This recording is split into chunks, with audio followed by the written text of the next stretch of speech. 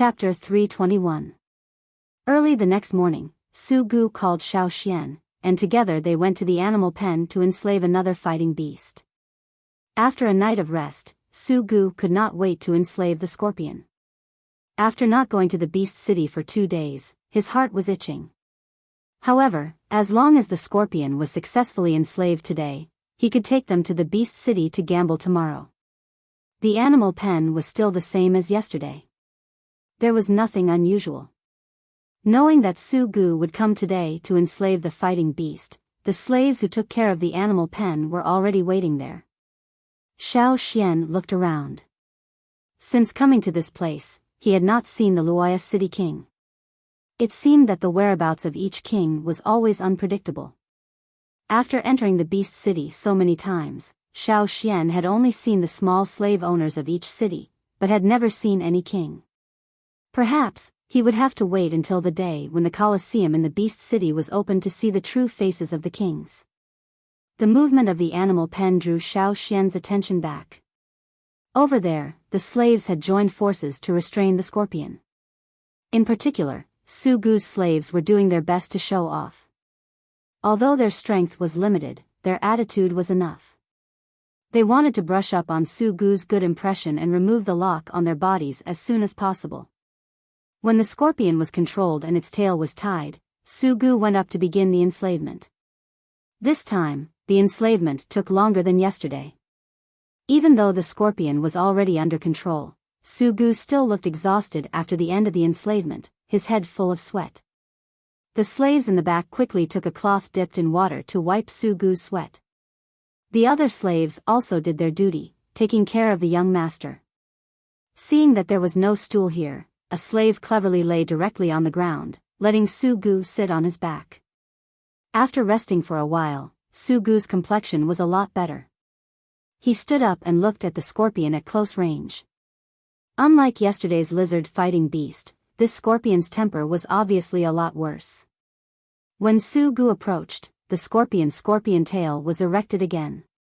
It also faced Su Gu. Although it did not stab down, it still carried a threat. Xiao Xian found it strange and asked, "Haven't you successfully enslaved it?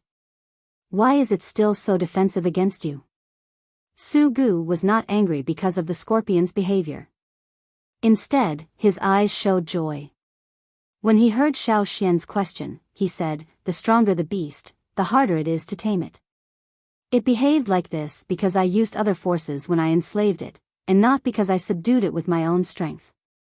Is there a difference?" Xiao Xian was puzzled. Of course there is.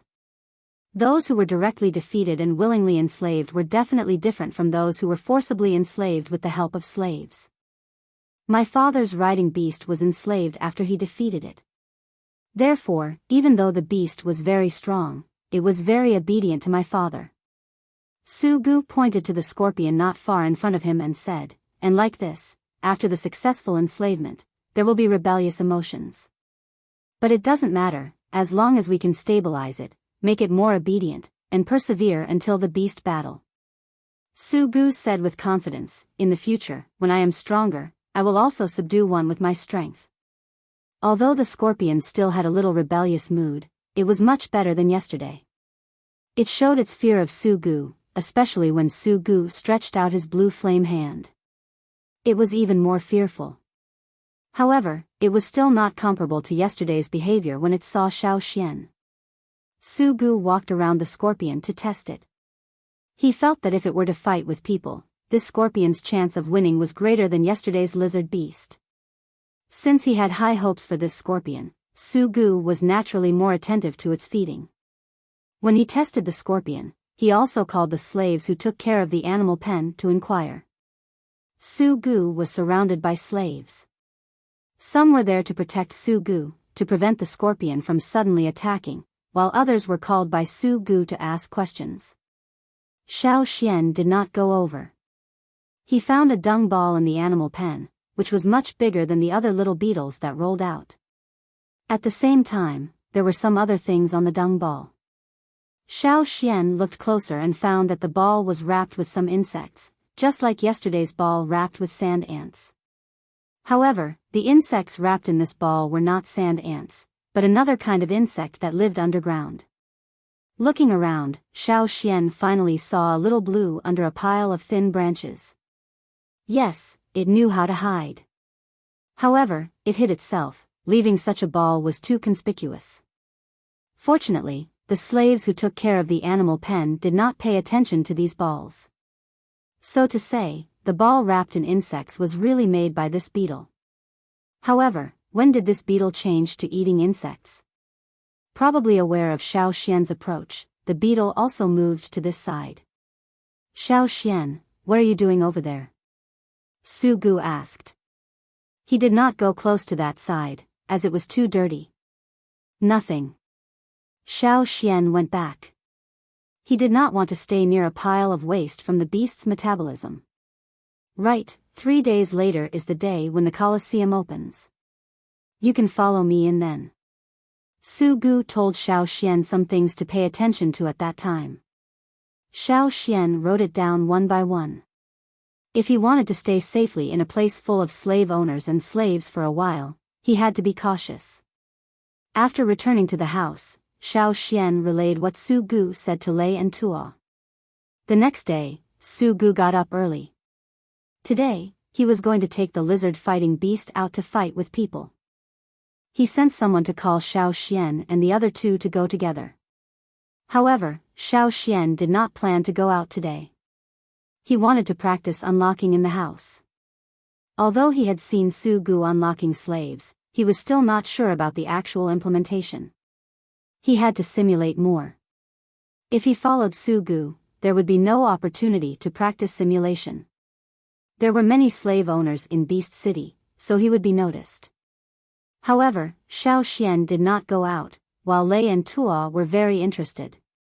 They stayed in the house for 2 days and could not walk around at will. They could not go out. When they heard that Su Gu was going out, their hearts itched. Watching the fighting beast was secondary. They just wanted to go out and stroll around to get to know more beasts. In Beast City, there were many beasts that they had never seen before. Observing more could let them know more about those beasts. After waiting for the others to leave, Xiao Xian listened to the movements around him. After confirming that there was no one, he locked the door. He recalled the time when Su Gu unlocked the slaves, the power fluctuations and laws that were produced, and began to simulate it. However, he did not know why. Today, Xiao Xian's simulation did not go well. There was always a mistake in some link. After repeated failures, he was a little tired. Putting away his power, Xiao Xian sat on the stool, always feeling restless. It was because he could not calm down that he repeatedly made mistakes. In the afternoon, a slave who followed Su Gu came to Xiao Xian and asked Xiao Xian if Lei and Tuo had returned. I didn't see their people. What happened in the end? Xiao Xian hurriedly asked. There was a dispute not long ago. When it calmed down, the young master could not find their people. For this reason, the young master also lost his temper. The slave said with dissatisfaction. Hearing this, Xiao Xian did not care about anything else. He took his knife and went with the slave to Beast City. Chapter 322. On the way to the Beast City, Xiao Xian listened to the slave talk about the matter. The slave could not explain it clearly. After all, in the chaos, the slaves naturally protected the slave owners and did not care about others. They would not spare extra attention to pay attention to Lei and Tuo's movements. When Xiao Xian arrived at the Beast City, Su Gu's face was taut and angry. Obviously, he was in a very bad mood. Looking around, Xiao Xian did not see the lizard beast that was brought out this morning. Then, he connected it to what the slave just said. Su Gu lost the beast fight. When he saw Xiao Xian, Su Gu's face relaxed a little. For his partner, Xiao Xian, Su Gu's attitude was still good. I don't know where they went. I sent people to look for them, but I couldn't find them. Su Gu said. He did not want to mention the previous loss of the beast fight. After the end of the beast fight, there was chaos because of the dispute between several bystanders. When the chaos was over, the slave owners left with their slaves, and Su Gu did not find Lei and Tuo. In this territory dominated by the slave owners, if the people of the tribe walked around at will, they would certainly suffer losses. Even being quietly solved was very likely. Therefore, on the first day of coming to the beast city, Su Gu told Xiao Xian and the other two. Before that, the three people were very cautious, but they did not expect such a thing to happen today. Su Gu thought that Lei and Tuo went out of the city to return to the station, or went to other places in the city to do things. In Su Gu's impression, the tribal people's style of doing things was always mysterious. However, seeing Xiao Xian's reaction, Su Gu knew that these two situations were not necessarily the case. After listening to Su Gu's account, Xiao Xian said, "I didn't let them do things. I also believe that they would not run around at will. Something must have happened, or seen something. Where did they disappear just now?" Xiao Xian asked. Around here, there were only traces of the chaos on the ground. The footprints were messy, with many people and beasts' footprints. They were not far from me, but during the chaos, they were pushed away by the crowd. Carefully recalling the chaos just now, Su Gu's face changed. Just now, she was so angry that she didn't think much about it. Now that she had calmed down, the more she thought about it, the more she felt that something was wrong. She looked at Xiao Xian and asked, "What do you think?" Xiao Xian shook his head. "Everything is just a suspicion." Losing the person and not paying attention to the situation during the chaos, Su Gu felt that his face was not bright. He also felt some guilt towards his partner, Xiao Xian. "I'll send someone to look for him. If you have tamed beasts with a keen sense of smell, bring a few of them here. It'll be easier to find people that way," Xiao Xian said. Listening to Xiao Xian's words, Su Gu also understood what he wanted to do. He told Wu Shi to go back and bring the beasts that met the conditions.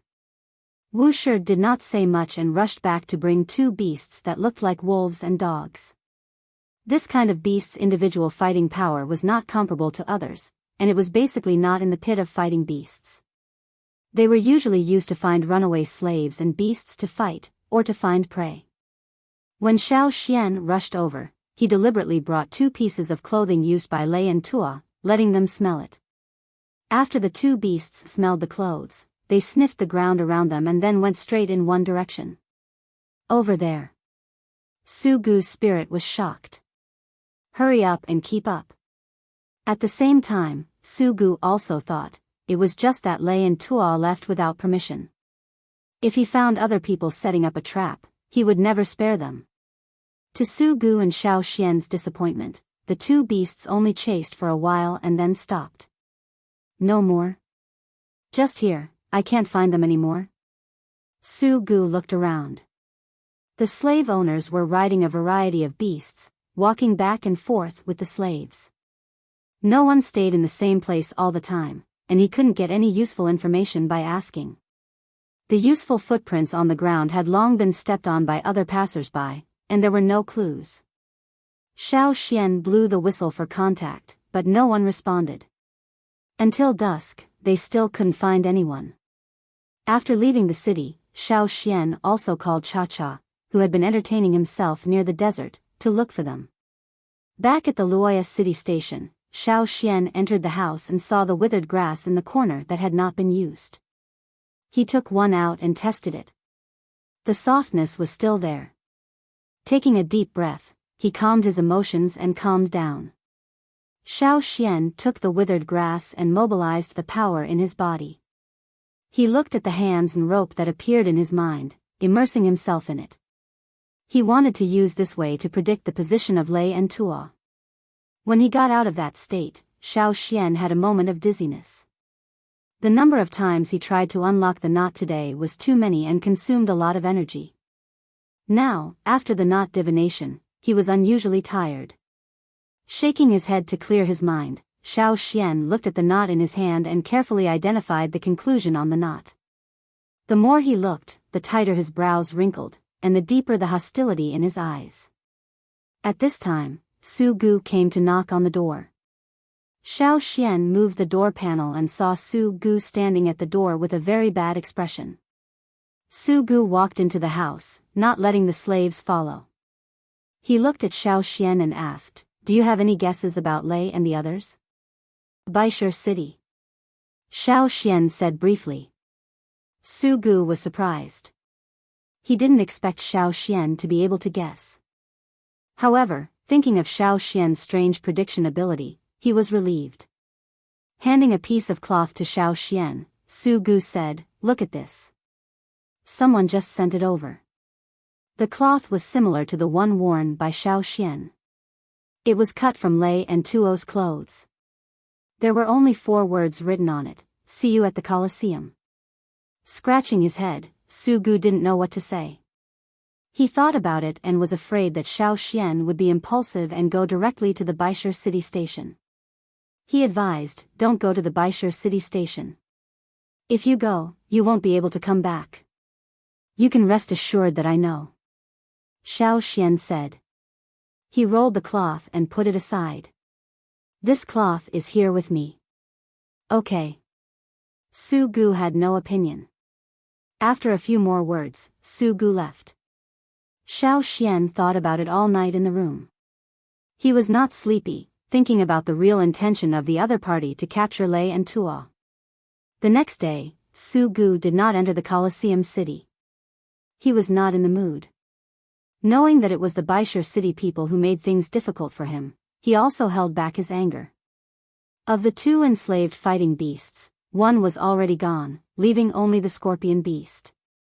He stayed in the animal pen all day, personally watching the slaves feed the scorpion beast. He also inquired about some herbs that were said to strengthen the fighting power of the fighting beasts. Although he didn't know whether it was true or false, he still got some and found people to catch a few small desert beasts to do experiments. Xiao Xian did not go over. He called back Cha-Cha, telling it not to run around and not to go to the Bishur City Station site. Su Gu thought that the Bishur City people, because of the grievances between the slave owners, started with the tribesmen around him. His heart was also glad that Xiao Xian did not go out that day. Xiao Xian thought more about this matter. There were elements of the grievances between the 2 cities, and perhaps Dao Yu. He just didn't know what role Dao Yu played in it. "Dao Yu," Xiao Xian touched the hilt of the knife on his waist. Su Gu said that if Xiao Xian went to the Bishur City Station, he would certainly not return. Xiao Xian also knew that his own strength could not support everyone in Bishur City. Moreover, since the other party sent someone to deliver the cloth, they must have taken precautions. After thinking about it all night, he did not think of a way to deal with it. Xiao Xian sat in the house and continued to think. Since the other party said, "See you in the Colosseum," was it to let Lei fight the beasts? If so, before that, the 2 people were not in danger for the time being. But the Colosseum in the center of the beast city. How could they come out? Just as he was thinking, Xiao Xian heard a little movement. He looked over and saw a blue beetle lying at his feet.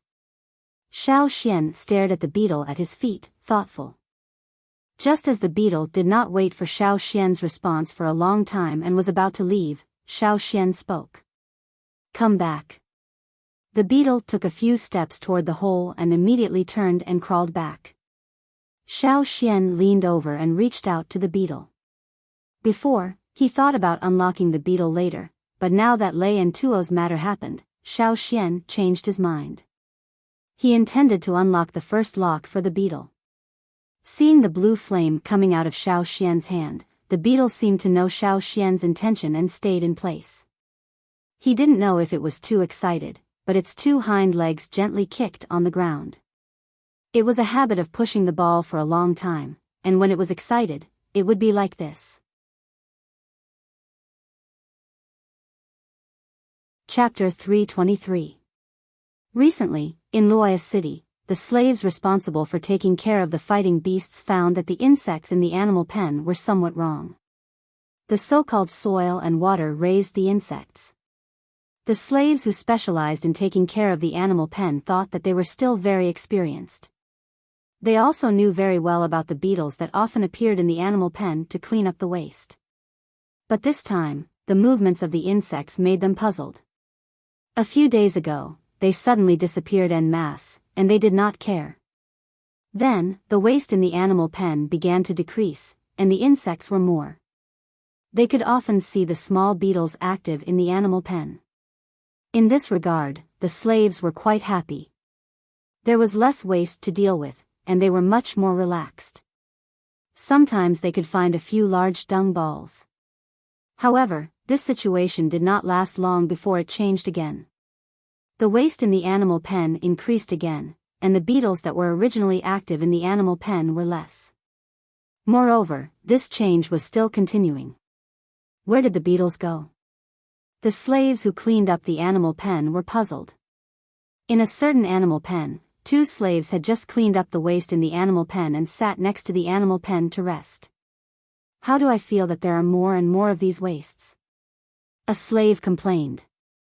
I think so too. It may be because the Colosseum is about to open. These days, there are more things to feed, and the fighting beasts are more. Another slave sighed. They could only complain in private when the slave owners were not paying attention. You say, these 2 days, how come these insects have become less? One asked. Not far from his feet, there was a beetle crawling by, and it stretched its legs and kicked with its feet. I don't know, it went underground for the winter. Who cares, we just have to take care of the fighting beasts. That's also. Oh. A slave who was playing with the beetle with his feet screamed. What's wrong? He was startled by the cry of his companion. The slave who had just screamed bent his leg and turned his foot over to look. His simple shoes made of coarse cloth and grass had a big hole in the front, and his toes were exposed. Originally, he didn't care. It was nothing to wear like this, but when he kicked the beetle with his feet, he felt a little itchy. I don't know if it was bitten or scratched. The slave said. He must have been scratched. These insects eat trash. How can they bite people? The other said indifferently. They had been working in the animal pen for so many years and had lived with these insects for so many years, but they had never been bitten. Hiss, it's actually bleeding. It's okay. The bug only scratched me a little. The 2 slaves did not care. The other slaves who were busy working in the animal pens did not carefully observe the changes of the beetles in the animal pens. Therefore, they did not know that the beetles, who were acting more and more strangely, were gradually abandoning the excreted waste and turning to other food. On Xiao Xian's side, after sending a message to Su Gu, he left the Luoya city station. Xiao Xian had a pass here and could freely enter and exit the Luoya city station. Although he could not enter the beast city, he could still go to other places. He planned to go out. Although he might encounter people from Biyao city, he still decided to take a risk. The other party was very calm. Perhaps they had also investigated Xiao Xian's group, but Xiao Xian knew very little about them. Since the other party did not take the initiative to make a move, Xiao Xian decided to take a step first and try the other party's reaction, which would help to speculate the other party's intentions. Su Gu, who was staying in the animal pen, heard the slave's report and did not continue to stare at the scorpion beast. He didn't say where he was going? Su Gu asked the slave who came to report. No. He didn't say. He just said that he was going out for a walk. The slave trembled. He must have gone to Biyao city. Su Gu said.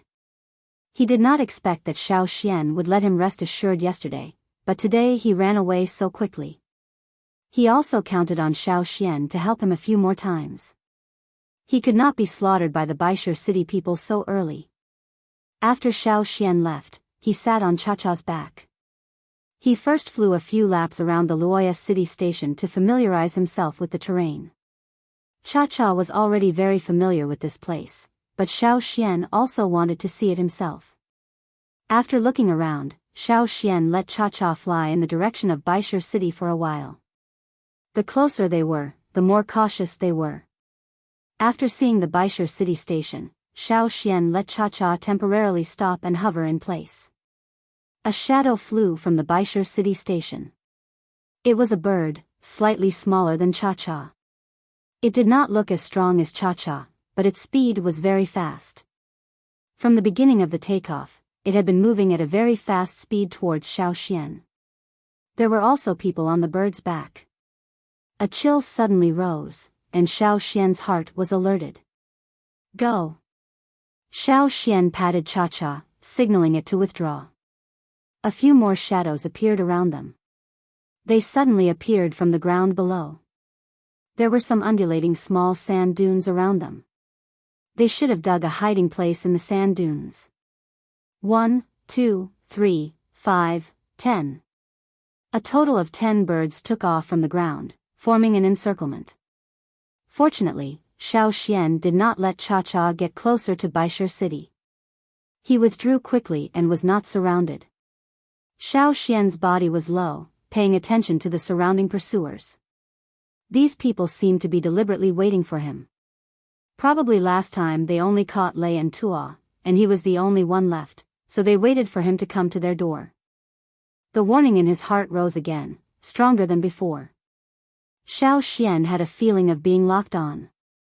Whoosh, an arrow came through the wind. It was shot by the person on the back of the bird that rose from Baisher city. If it was an average person, the main target would be Cha-Cha, but the other party was not. The target was Xiao Xian. After perceiving the threat, Xiao Xian signaled Cha-Cha to dodge. He himself also pulled out his knife, guarding against it. The arrow almost brushed past his arm, passing through his body with a cold wind. It was like a stirred-up storm, blowing painfully. The sleeve that swayed with the wind was also pierced with a hole. Although it just passed through the sleeve and did not directly touch the skin of the arm, if Xiao Xian lifted up the sleeve at this moment, he would certainly find that there was already a mark there. If it was slightly broken, it would bleed. While dodging, Xiao Xian quickly looked at the pursuers behind him.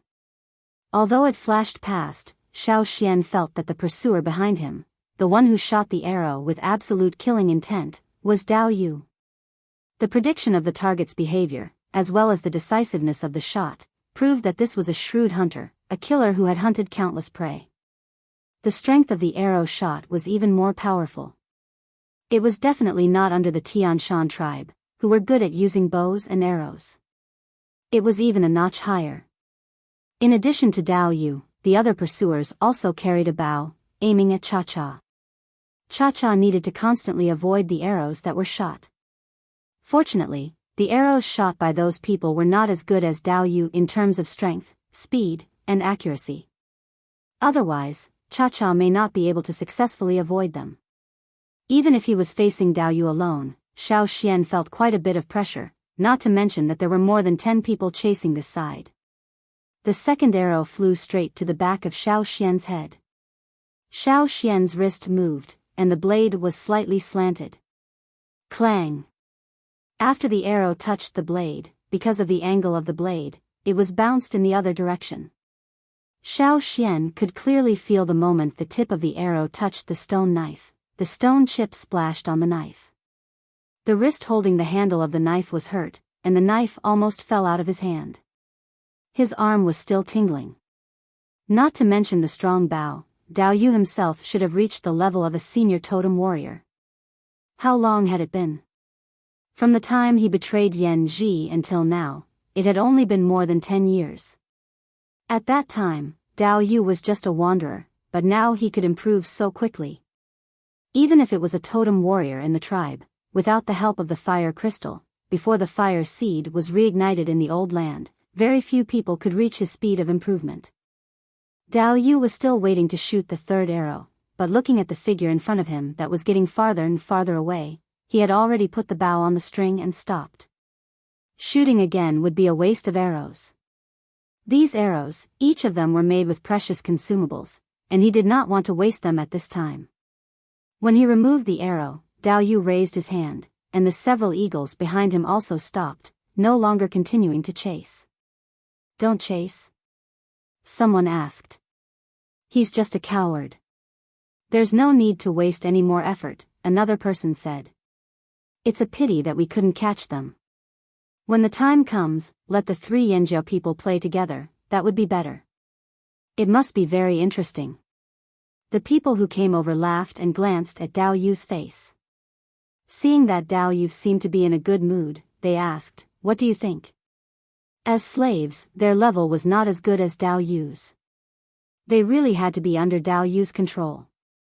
Therefore, when Dao Yu let them ambush here, even if it was freezing outside for a day, they did not dare to complain. They could only say it in their hearts. They knew that this person's means were good. If they offended him, they would not see tomorrow's sun. For Xiao Xian, who had escaped from their hunting range, Dao Yu's evaluation was an understatement of nothing more than this. His tone was filled with pride and complacency that he usually would not reveal. So what if he was a totem warrior? Wasn't he still suppressed by him, a wanderer? For Xiao Xian, in fact, Dao Yu did not know much about him.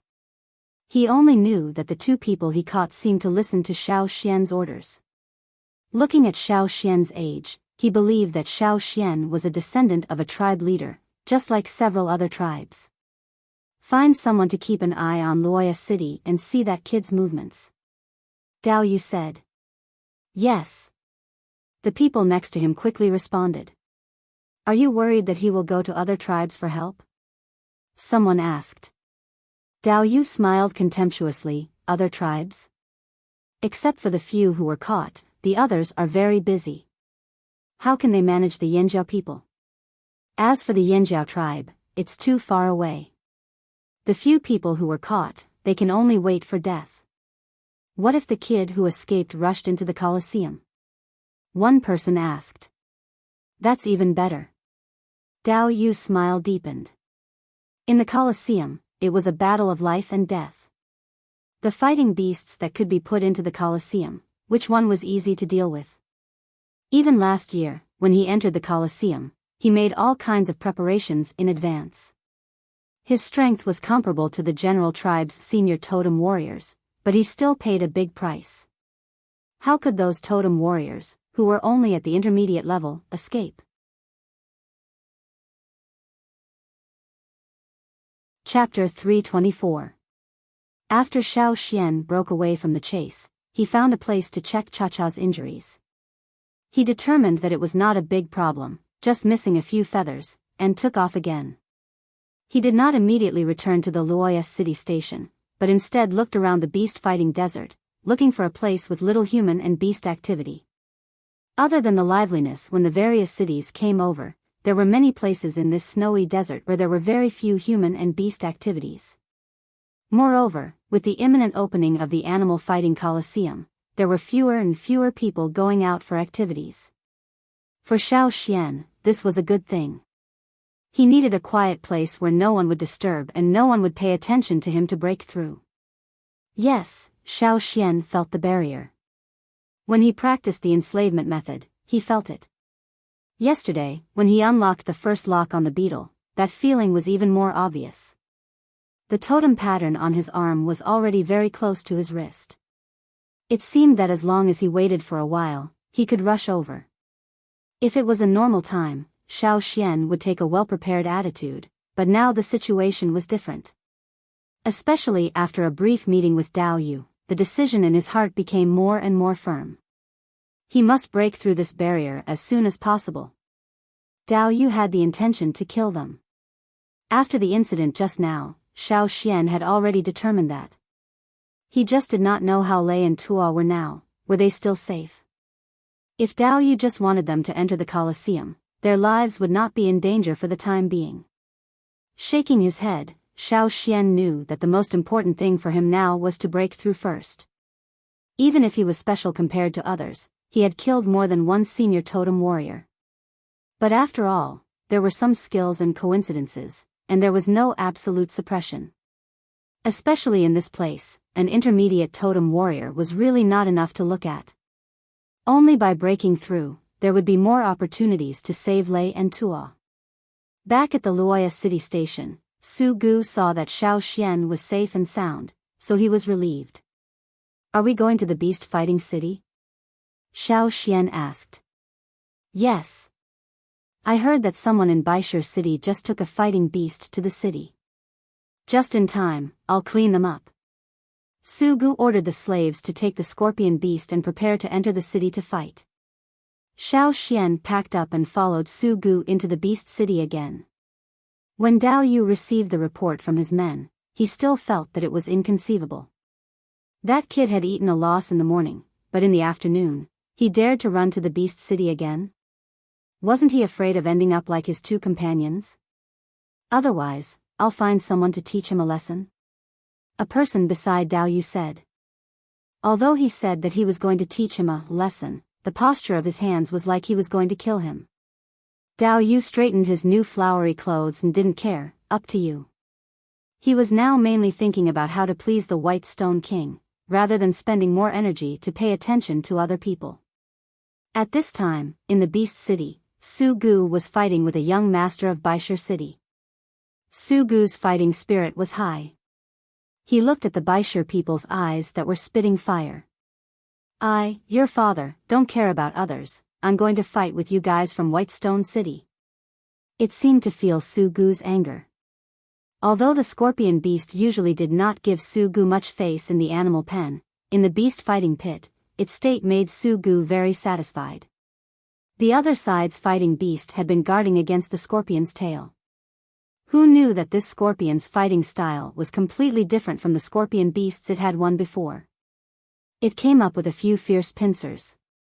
He didn't know if it was because when it was locked in the beast fighting ring, it was stimulated by Xiao Xian and enslaved by Su Gu. This scorpion beast had a belly full of anger. Finally, it waited for a place where it could freely vent, and directly exploded. That fierce strength, that big pincer waving, it did not use the stinger on its tail. Xiao Xian did not always stay next to the beast fighting pit. He walked around nearby, especially in the place where someone was enslaved on the spot. He felt the enslavement of the slave owners in each city at a close distance. At this time, the blue flame in Xiao Xian's mind was very active. Most of the enslavement methods used by the slave owners in different places were actually the same, with only a few differences.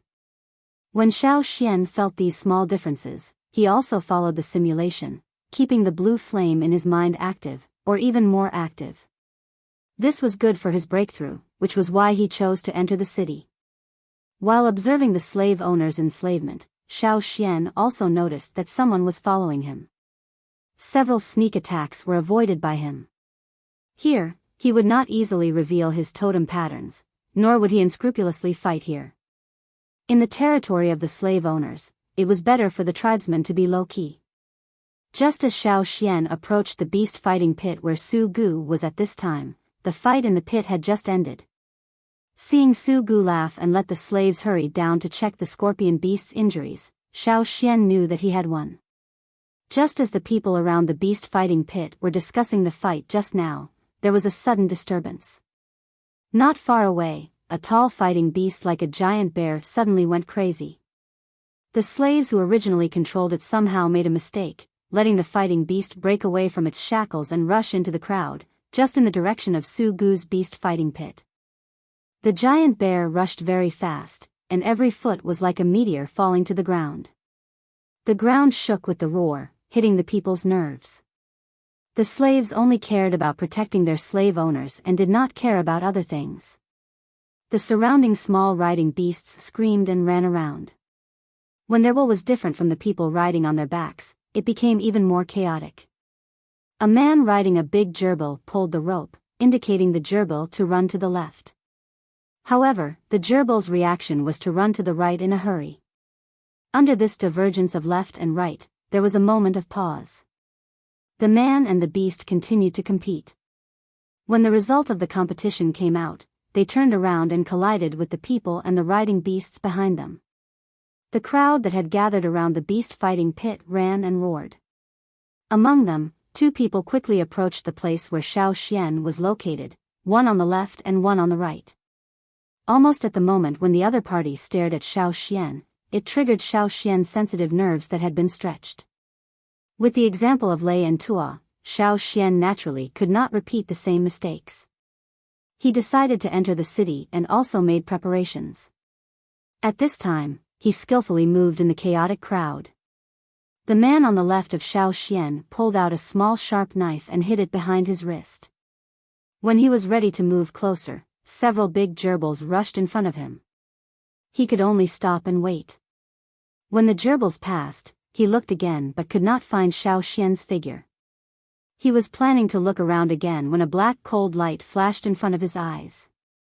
He couldn't see what it was, but at that moment, there was an unspeakable sense of despair. Puff, a soft sound, in such a noisy environment, was difficult to detect. That person wanted to raise his hand to touch his neck, which was a little strange, but he found that every movement he made was as if he was stuck, halting and halting. The blood was like an open reservoir, pouring down from the throat. The bull-riding beast, which had been running, directly picked up the people in front of it with its horns. A Red Star City slave owner riding on the back of the bull did not care about the blood splashing, nor did he look at the people who were picked up. He controlled the bull under him to leave the chaotic place. Another person who was close to Xiao Xian temporarily avoided the gerbils when they came over. When he looked again, he could not find Xiao Xian's people. He only saw his own people being picked up by the bull. Seeing the other party fail, he did not look at it much. He felt that the other party was really stupid. The target was not killed, but he was picked up by the bull. Looking around for Xiao Xian's figure, he felt a pain in his wrist, and then a sudden pull pulled him in one direction. Looking forward, the manic giant bear was coming this way. Seeing the giant bear running over, he was anxious, but the silk trapped on his wrist was very tough. He cut it with a stone knife and did not cut it. The pulling force from his wrist was still increasing, pulling him closer to the giant bear. He couldn't even find where the other end of the pulling force was. Panic, fear, horror. The struggle was futile, and the binding force on his wrist was getting tighter. Just when he was determined to cut off his wrist, it was too late. The giant bear's paw had already come. Bang! Blood splashed, and the man was sent flying. For others, it was just an insignificant person who died under the bear's paw. When everything calmed down, the chaos dispersed, leaving only a mess. After another day, probably no one would talk about it.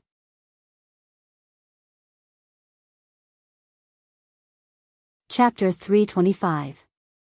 Su Gu was also worried that Xiao Xian, like Lei and Tua, would disappear in the chaos. When he saw that Xiao Xian was safe and sound, Su Gu's heart was relieved. "Are you okay?"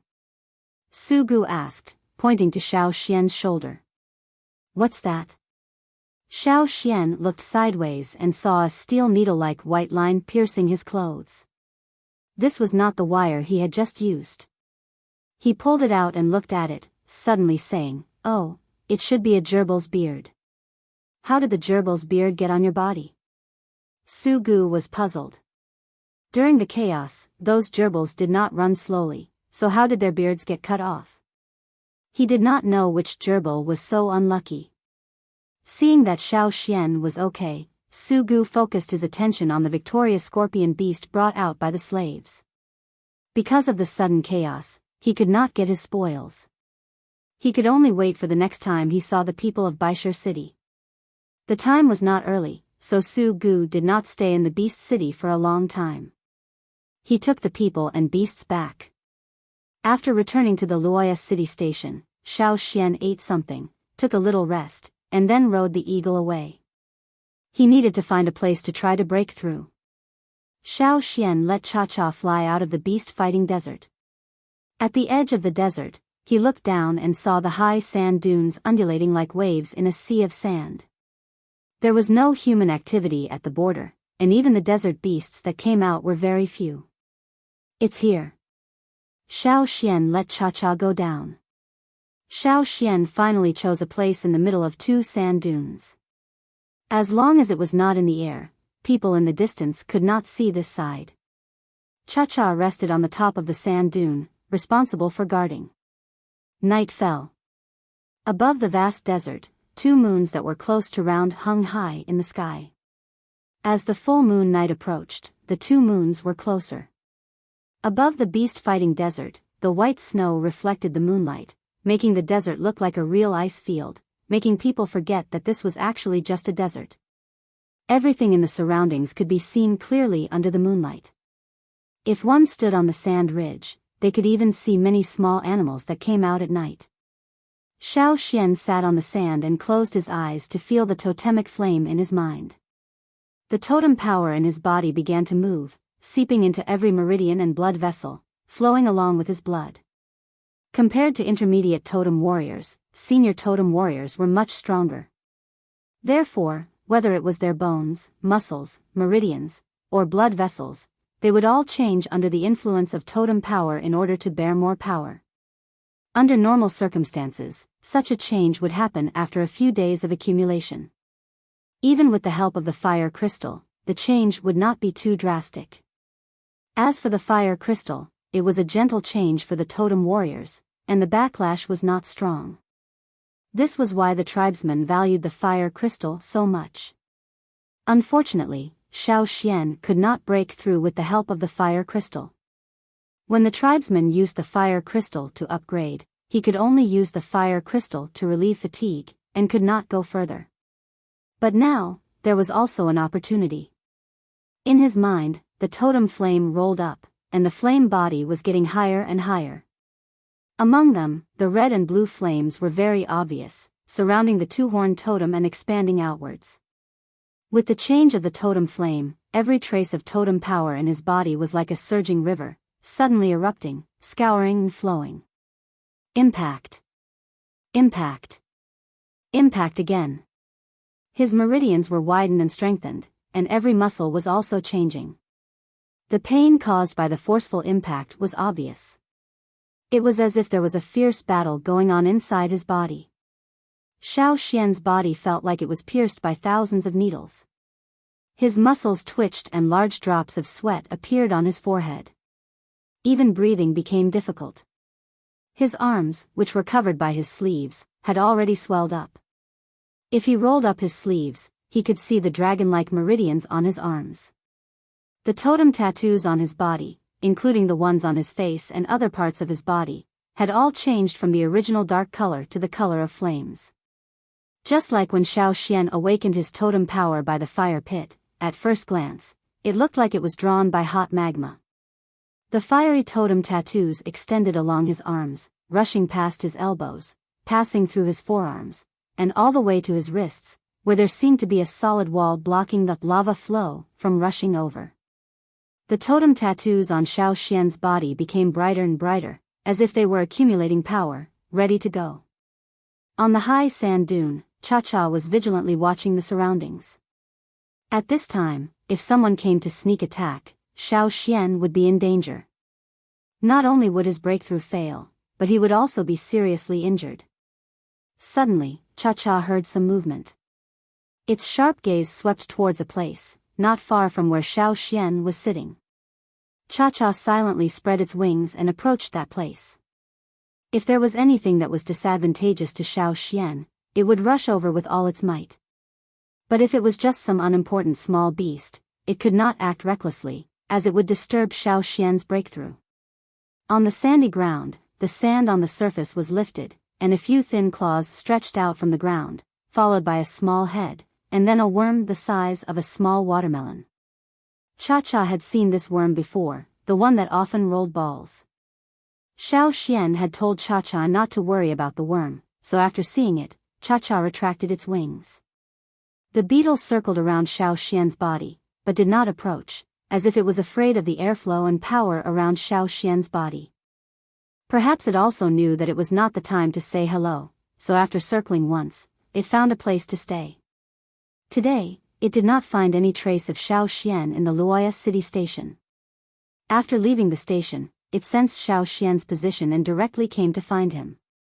Xiao Xian's breakthrough was not short, starting from the fall of the night until dawn. Cha-Cha stretched its neck, stretched its stiff body, took off, and checked at a low altitude. After confirming that there were no other people or dangerous beasts, it landed and continued to wait. Looking around, Cha-Cha found that the worm had run to the other side of the sand dune. Because this was the border area, one side of the sand dune was only yellow sand, and the other side was sand covered with snow. At this time, the beetle was rolling a snowball, walking upside down, kicking the snowball with its 2 legs. When the sun shone on the sand dune, Xiao Xian opened his eyes and breathed a long sigh of relief. He was sweating, and when the wind blew, it seemed cold. Looking up at the sand ridge, Cha-Cha was standing there, and in addition to it, there was also the beetle. This worm had found him. Looking around the totem flame in his mind, Xiao Xian found that where the blue flame was active, a line extended, and one end of the line was connected to a small spark. This spark was probably the worm. This was the first time Xiao Xian clearly felt the connection between master and slave. Before the breakthrough, he was aware of it, but it was not as clear as now. He didn't know what the big slave owners were like. After enslaving so many slaves, would they be able to separate thousands of threads from the flame? If it was cut, what would happen? After all, he was not an authentic slave owner, and Xiao Xian was not sure if he was the same as other slave owners. Now, he would not cut the line between him and the beetle. When Xiao Xian looked over, the beetle had just pushed a snowball over the sand ridge, and the snowball rolled down the steep slope of the sand dune. When it rolled past Xiao Xian reached out to block it. Just after the breakthrough, Xiao Xian did not control the strength used to block it, and the snowball in his hand cracked. There was a lot of sand on the snowball, and the surface of the snowball could not be seen, but after it cracked, Xiao Xian found that there was a small lizard hidden in the snowball. Looking at the lizard that was no longer moving in the snowball, Xiao Xian looked doubtfully at the blue beetle running down the sand dune. When did this thing start killing lizards? Did the recipe change? Shaking his head, Xiao Xian did not continue to study it. Looking at the sky, Xiao Xian got up and stretched his limbs. Although there was still some tingling in his body, he could clearly feel the strength. He adjusted his body slightly and wanted to look up and scream, but he held back. This place was not suitable. Let's go back. With that, Xiao Xian swung his legs and ran over the sand dune, running into the snow. He did not ride the eagle, but ran back completely on 2 legs. He could feel the improvement of his strength, the change in his body's strength, and the majestic power in his body. As he ran, he could feel the changes in his body more clearly.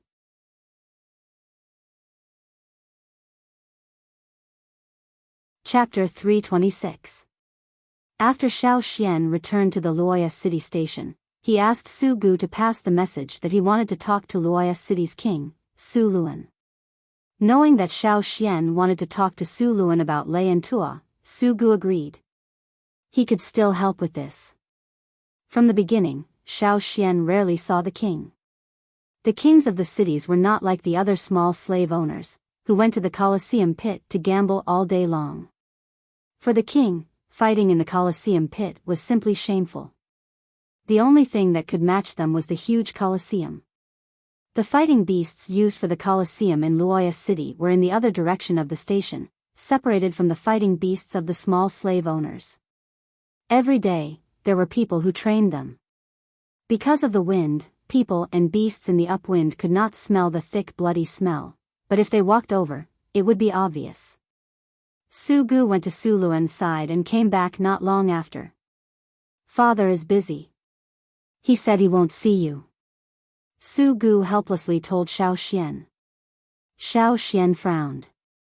Su Luan did not want to see him. He originally wanted to talk to Su Luan about what to do if he met Lei and Tua in the Colosseum, but now it seemed that this road was blocked. Looking at Xiao Xian's reaction, Su Gu continued, although my father won't see you, I told him about Lei and Tua. My father said that as long as you can beat the Baishur city's fighting beasts, he will solve the other things. You don't have to worry about Baishur's side making things difficult. Seeing that Xiao Xian did not speak, Su Gu thought that Xiao Xian had given up. After all, it was the Colosseum. It was not something that ordinary people could go down to fight. Even the slaves who went down were the slave owners' right-hand men. Every year, more than half of the people who went down could not come out again. Last year, When Dao Yu went down, many people were not optimistic. Many people saw him as a joke. They bet on Luoya City's fighting beasts to win, but did not think that Dao Yu could come out alive. It was simply a direct slap in the face of Luoya City's people. He heard that afterward, Su Luan also sent people to assassinate Dao Yu. Unfortunately, it was not successful. Instead, he was often assassinated by people over there. Alas, forget it. Su Luan said, if it were me, I wouldn't have come here. I'll go, Xiao Xian said. It's good that you know. If you go, you'll lose your life. What did you say? Su Gu picked his ear, looking at Xiao Xian, and asked with uncertainty. I said I'll go. I'll have to trouble you to talk to the Luoya king again. Xiao Xian said. Su Gu's face was hard to understand and had an expression of, you idiot, but seeing that Xiao Xian really made a decision, he no longer tried to persuade him. He sighed in his heart, the people of the tribe are really a bunch of people who want to die. However, let me say this first. Although father said before that if you can defeat the White Stone City's battle beasts, everything will be easy, but he may not really agree to let you go on stage. You know, we don't get along well with the people of Biyao City. Last year, we lost a game. Father is angry in his heart. This year, he will definitely send more powerful slaves down, or directly let his riding beast go down. Otherwise, if we lose again, he will be angry. Well, I know. If he was rejected again, Xiao Xian could only think of another way. Can't you predict? Can you predict what will happen after the Colosseum opens? Su Gu asked. Xiao Xian shook his head. He tried, but he couldn't. What came out was a mess, not a knot, indicating that he couldn't divine this matter. However, Xiao Xian always felt that something would happen. This feeling made Xiao Xian feel very powerless. It was like being in a thick fog, seemingly aware of something in front of him, but unable to see clearly. Su Gu once again entered the two-story building where Su Luan was. He originally thought that Su Luan would once again reject him, but to Su Gu's surprise, Su Luan actually agreed. He also said that when the time came, he would arrange for Xiao Xian to go on stage depending on the situation. This time, Su Gu couldn't guess his father's thoughts. Xiao Xian also couldn't see Su Luan's intentions, but the Colosseum would open tomorrow. Lei and Tuo would most likely be arranged by the people of Biyao City. If he wanted to save them, he could either rob them in advance, or directly fight, and then use the manpower of the Luoya City King to sweep away the trouble. Both were risky, so he could only act according to the circumstances. Before that, he had to prepare more. That afternoon, Xiao Xian stayed in the house most of the time. Su Gu asked the slaves around what Xiao Xian did. The slaves couldn't say why. They only said that Xiao Xian came out a few times, as if he was looking for something. After picking it up, he went back. What did he pick up? Su Gu asked. The slave who was asked carefully thought about it and replied, it's like a branch. Or a stone. Then he gestured. Su Gu was disappointed to let the slave leave. He wanted to ask Xiao Xian what he was doing, but then he remembered that Xiao Xian said today that he shouldn't bother him. After 2 steps, Su Gu turned again. He still wanted to see how the clothes for tomorrow were prepared. Tomorrow was an important day. No one knew what Xiao Xian was doing, and no one in the station cared. Except for the people patrolling around, the focus was on the Colosseum. The next day, the Luoya City team set out from the station to the Colosseum. Luoya City King Su Luan was still sitting on his riding beast, but this time, he was not alone. He was also holding a woman, and the two people showed intimacy. Although Xiao Xian couldn't see clearly because of the curtain, he could tell what was happening just by listening to the sounds. The woman was from Shaki City, the half-sister of the current Shaki king. He didn't know if the two people hooked up after coming here, or if they had been in contact for a long time. There were also intermarriages between the cities. The communication between the slave owners was generally good, except for when they became enemies. Su-gu saw his father holding another woman intimately, showing quite calmness. Anyway, it was not the first time. If he could have a bigger riding beast, he would certainly take the beautiful female slave he had just enslaved to do the same thing. No, the female slave's grade was too low. Today, it would be too shameful to take her with him, not worthy of his identity as a young master. A few days ago, the Skywell City girl who lost to him in a gambling fight was good. Her temper was the same as their Skywell City's Skywell Pillar, full of thorns. Or the one in Red Star City. It was still not suitable. That woman did not look good. Xiao Xian glanced at Su-gu's fanciful expression and focused his attention on the slave owners of the other cities. After entering the city, he clearly felt that the atmosphere was different from usual. There was a kind of forbearance eagerness.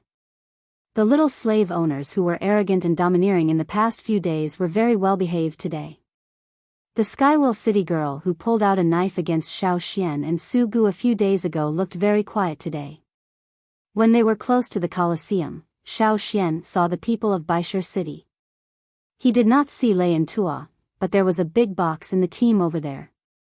He didn't know if the person was locked in that wooden box. Unfortunately, there were too many people here. Xiao Xian could not find a chance to move the box. The people of Luoyes City and Biyao City were full of gunpowder when they met. If it were not for the arrival of Rock Tomb City, they would probably do a warm-up first. In the team of Rock Tomb City, on the huge riding beast, Xiao Xian also saw an acquaintance. Although he had not seen him for a few years, his shiny golden hair was too eye-catching.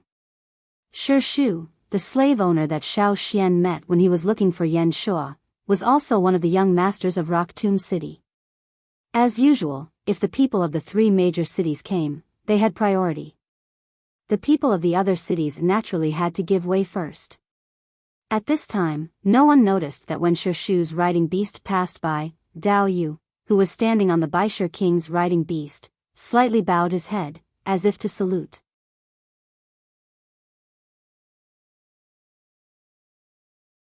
Chapter 327. Xiao Xian followed Su-gu and the others into the Colosseum. In the huge Colosseum made of stones, the edge was a grandstand, while the middle of nearly 10,000 square meters was sunken. It was similar to the pit in the Beast City, but the scale here was larger and the structure was more exquisite. The huge sunken pit reminded Xiao Xian of the original pit in Bat Mountain. The pit walls were surrounded by huge stones. Looking at the stone quality, it was at least above average. For many slaves who could not even use good stone, the construction here was simply extravagant. The kings of each city took their own slave owners and slaves to their respective places to sit down. In the place where the king was, there was a special installation of hanging cloth, used to shade the sun or block the snow. A few carved bamboos were propped up there, and the slaves quickly put the cloth over them. Even if there was no sun today, it could still block the wind and snow. The people who presided over this beast fighting game were naturally the kings from the three major cities. They took turns to preside over it every year, and this year it was Snowfield City's turn. The Snowfield City's king first sent people to the big slave owners of each city to arrange the order of fighting beasts. Su-gu went to Su Luan's side to take a look, and then made a four-finger gesture to Xiao Xian. In other words, today, Biyao City's arranged fighting beast was the fourth to appear. The first one is the opening battle arranged by Snowfield City itself. It was actually arranged by the Snowfield City's young master. Su-gu exclaimed. In the arrangement of the sequence, the others were not written in detail, only a serial number. Only the opening battle was written in great detail, which almost made the Snowfield City's young master fly. Although the battle in the Colosseum was only the entertainment of the big slave owners, the slaves used it to fight for merits. However, for the slave owners, especially those who were interested in competing for the throne, they would also use this method to prove their strength in front of their fathers. If they won, their faces would also be bright. After the Snowfield City's king announced the start, the field was quiet. Rumble, in the pit, the sound of the huge stone slab door lifting sounded. Xiao Xian listened to the sound of the heavy stone door and looked at the huge stone slab. He was sure that the stone slab was at least of high quality, even better than the stones on the walls of the pit. Such a good stone would definitely be used to make weapons in the tribe, but here, the slave owners only used it to make a door. That was a whole piece of high-quality stone, not pieced together. It was not easy to find such a piece of stone. Compared to the weapons in the hands of most of the middle and lower class slaves, and then looking at the facilities in the Colosseum, if the tribesmen were here, they would certainly not be able to understand the thinking of the slave owners. Wasn't this a waste? It was simply extravagant. After the heavy stone door was opened, there was no huge ferocious beast. Instead, there was a man with a golden body that was much brighter than the golden fur that Shu wore. That was the young master of Snowfield City who played in the opening battle. When Xiao Xian saw the Snowfield young master, he was stunned and shocked. It was not that the Snowfield City young master looked intimidating, but that dazzling equipment made Xiao Xian quite surprised. Anyone who suddenly saw a person wearing metal armor in an environment full of Stone Age equipment would have the same reaction. Before, when Xiao Xian saw the piece of gold that Su Gu treated as a treasure, he wondered if there was a metal mine here. After all, from the beginning to the present, Xiao Xian had not found a metal ore suitable for smelting. Originally, he thought that the stone in this world was different. There was no ore, and even if there was, it would be difficult to distinguish, so he gave up looking for a metal mine. In the desert, Xiao Xian did not see Su Gu and the other slave owners use metal equipment. Even the knife was the same as Xiao Xian's stone knife, but the style was gorgeous. But now, Xiao Xian's original idea collapsed. The Snowfield City young master wore an almost golden armor and held a big axe in his hand. It was also similar to the golden color. The axe body was engraved with some patterns, and the blade was curved. Gold? No, it couldn't be gold. Was it bronze? Thinking of this, Xiao Xian's heart suddenly set off waves. Bronze, could it be that there was a metal mine in Snowfield City? He looked at the other slave owners. In addition to envy and jealousy, there was no shock, including Su Gu. This showed that they all knew that there was such a metal.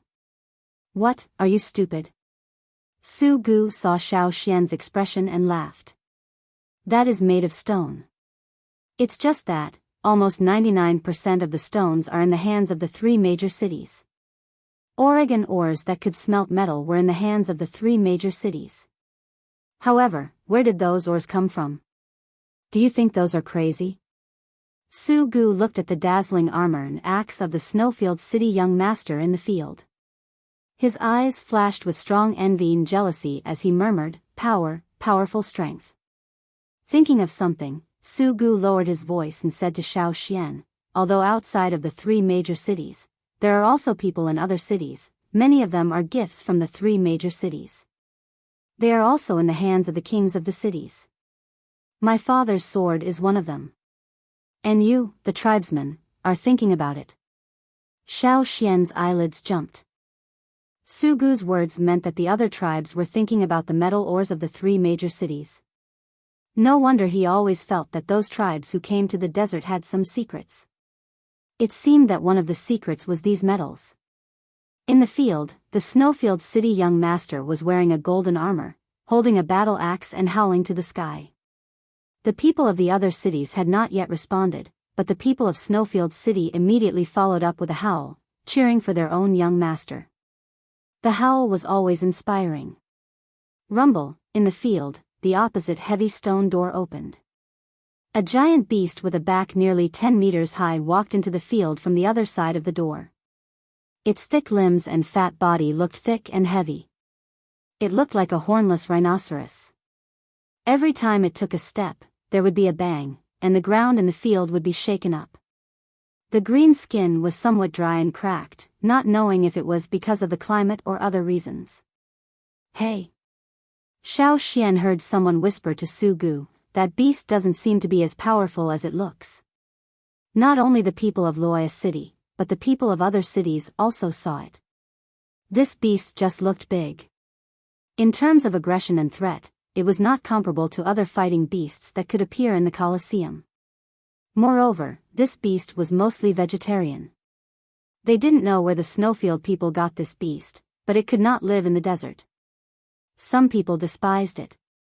No wonder the Snowfield City young master dared to carry the opening battle.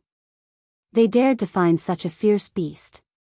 However, the people of Snowfield City refuted. You can go, even if this beast is just a facade, what about it? At least our Snowfield City young master dares to play. The satirists immediately shut up. Even if it was a relatively weak beast, it was still a fierce beast.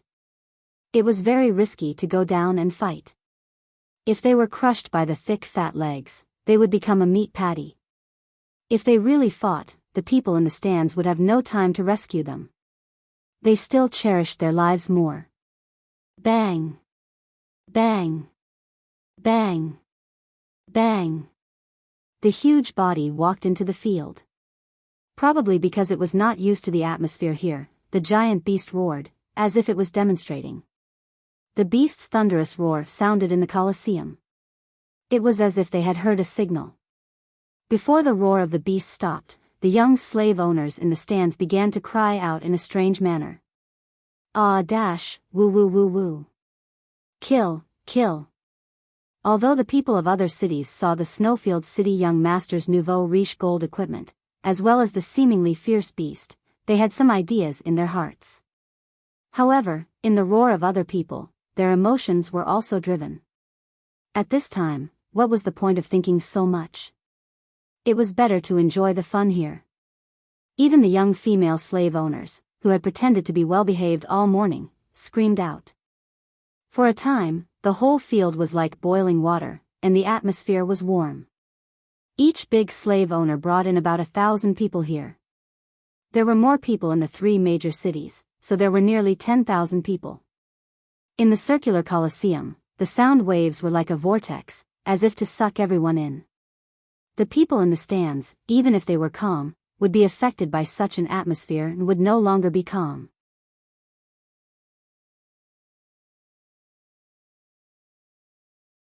Chapter 328. There was no snow on this day, and the sun was high in the sky. Where the big slave owners sat, the tarpaulin covering Yangguang and the surrounding flags painted with the city's symbols were fluttering in the wind. In the field, Yangguang was glowing with golden light. He swung the axe in his hand and faced the behemoth. One step at a time, each blow seemed to use the strength of his whole body. A series of steps, each step was extremely strong. The sound of footsteps on the ground came one after another. There were behemoths, and there were also beasts. Like the beating of war drums, it added a bit of awe and shock to the battlefield. Although Snowfield City arranged this opening battle, there was a suspicion that it was a show. However, the next beast-fighting young master of Snowfield City did have his strength. He had strength and knew how to fight flexibly. After chopping, he would avoid the counterattack of the behemoth. The armor on the important parts of his body would block the cracked stones on the wall. Because the ground of the battlefield in the middle of the Colosseum was full of sand, it was also called a sand field by the slave owners. The sand in the sand field was screened. It was some sand with relatively large particles. Even in the desert sandstorm, it would fly close to the ground. It would not be like the sand in the Colosseum that could float lightly, which would interfere with the viewing. The good battle that the slave owners thought of must be blood-stained in the battlefield. The more it was dyed, the better. Otherwise, it would be considered a failed battle. In the sand field, the sand was shaken up and hit the surrounding walls, making a rainstorm-like sound. The axe blade chopped on the behemoth, leaving a blood-red scar. On the huge body of the behemoth, the blood was like a spring, flowing into the sand of the Colosseum. Madness, in this wide Colosseum, and the shouts and cheers of the slave owners in the stands, brewed and broke out. The behemoth finally roared unwillingly and fell to the ground. The young master of Snowfield City raised his axe and shouted as he walked around the Colosseum. The golden armor had been stained red with the blood of the behemoth. Like an azura in the killing field, the young master of Snowfield City looked quite overbearing and arrogant. When the Snowfield City's great slave owner, the Snowfield King, saw this scene, he smiled with satisfaction. How could the person who would inherit his throne in the future not have any strength? Today's battle was to let everyone see more of the future Snowfield King. No matter what other people think, anyway, the Snowfield King thinks that his child is more capable than other families. The complacency on his face has not disappeared until the start of the next battle. Just as everyone was discussing the future Snowfield King who had just finished the beast battle, in the Rock Tomb City's grandstand area, Shu was holding a delicate wine glass and slowly tasting the wine inside. Hearing the discussions around him, he did not express his opinion. He just smiled, as if he did not care about the peer who was in the limelight. The first round ended perfectly. After a little cleaning up, the second round began. Most of the young slave owners liked to watch the competition between beasts. It was exciting to watch, but the older ones preferred to watch the battle between humans and beasts. Therefore, many slaves who were ambitious and wanted to climb up the ranks began to cater to his interests and spontaneously stood up to express their willingness to play. At the beginning of the second round, the fighting beasts were no longer just for show. When the battle really began, it could be seen that this was indeed a thrilling and cruel battle. Unlike the gorgeous show of the opening battle, it was a bloody and cruel beast fighting activity to satisfy the slave owner's intention to have fun. The slave owners usually raised the fighting beasts to be fat and round, but a few days before the opening of the Colosseum, they would suspend feeding or greatly reduce the feeding of food. They deliberately let them have a little bit of hunger, because this would enhance the ferocity of the fighting beasts. When these strategically fed fighting beasts were brought to the entrance passage and walked into the battlefield through the opened heavy stone door, these greedy fighting beasts that had been trapped in one place for a long time were finally liberated. They bared their fangs and brandished their claws as they roared towards the sky. Their roars were like rolling thunder, making the entire Colosseum seem to shake. It gave the people in the stands a kind of hair-raising stimulation. The second game was played by the two senior slaves of Fire Hill City. Each battle did not limit how many people could participate, so sometimes there were more people participating in the battle, and sometimes there were fewer. Of the two slaves, one seemed to be physically weak, but it revealed a sense of cleverness and cunning, and its movements were agile when fighting. On the other hand, the other was a complete strength-type slave. Every strike of his was powerful enough. The cooperation of these two people made the battle more enjoyable, at least to the satisfaction of the city lords. Without the provocation of the beasts, the fighting beasts that were finally released urgently needed to release their killing intent. People killing beasts, beasts killing people, it was tense and exciting. Within the bestial battle arena, miserable screams, shouts, strange howls, and cheers were all connected together, forming a vortex within the bestial battle arena that sucked in everyone's emotions. It practically tore apart all other distracting thoughts, leaving only madness. At the end of the second battle, whether it was the fighting beast or the two slaves, they were all seriously injured. Both sides lost the ability to continue fighting. Finally, the Snowfield City Lord had to judge the end of the second game. As for who won and who lost, it was not important. The important thing was that they enjoyed the process. As for the rest, it was left to the people of Fire Hill City to worry about. After all, the slaves in the second game were their city's people, so losing the face of Fire Hill City was also a loss. Seeing the anger on the Fire Hill City Lord's face, the Snowfield City Lord's mood was better. The third game was a contest between the two beasts, between Shaki City and Skywill City. In the gap before the start of the third game, the Luoya City King Su Luan let the slaves around him bring a message to Su Gu. Father asked you to prepare for the fourth game. Su Gu's face was complicated. If this collaborator fought to death, wouldn't he lose a lot of benefits? Xiao Xian was only slightly surprised when he heard this. He said that if Lei and Tuo were forced to play, he would also follow. But now, the third game had just begun, and the people in the fourth game had not been seen. How did Su Luan know? It seemed that Su Luan did not know anything about the arrangement of Baishur City. He had his means to understand. I know. Xiao Xian nodded. He had long been psychologically prepared and was not surprised.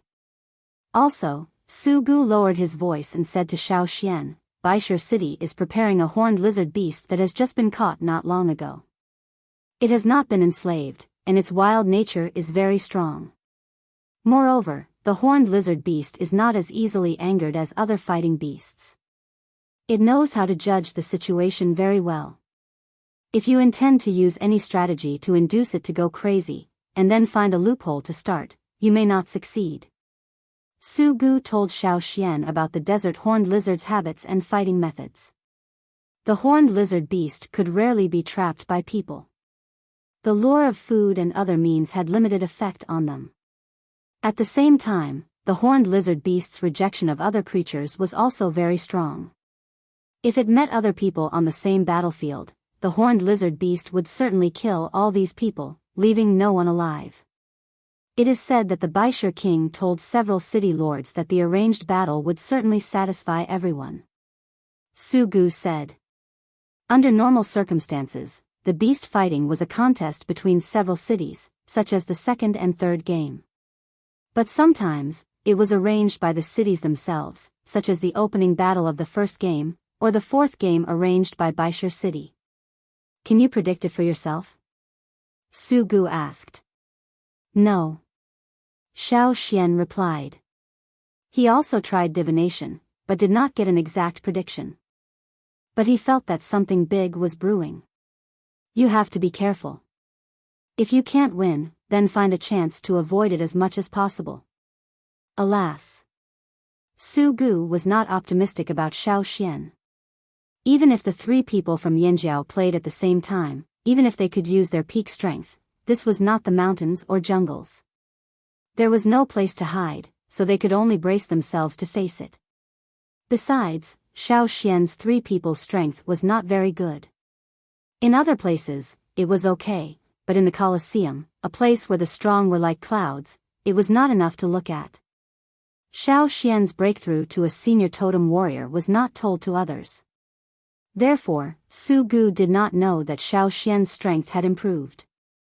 Even if he knew, he would still not be optimistic. Okay, I'll go down first. Xiao Xian pulled the hat on his clothes and followed Ai Shi to leave the stands. Behind the stands, there was a staircase leading to the bottom of the Colosseum. From there, they could reach the passage into the battlefield.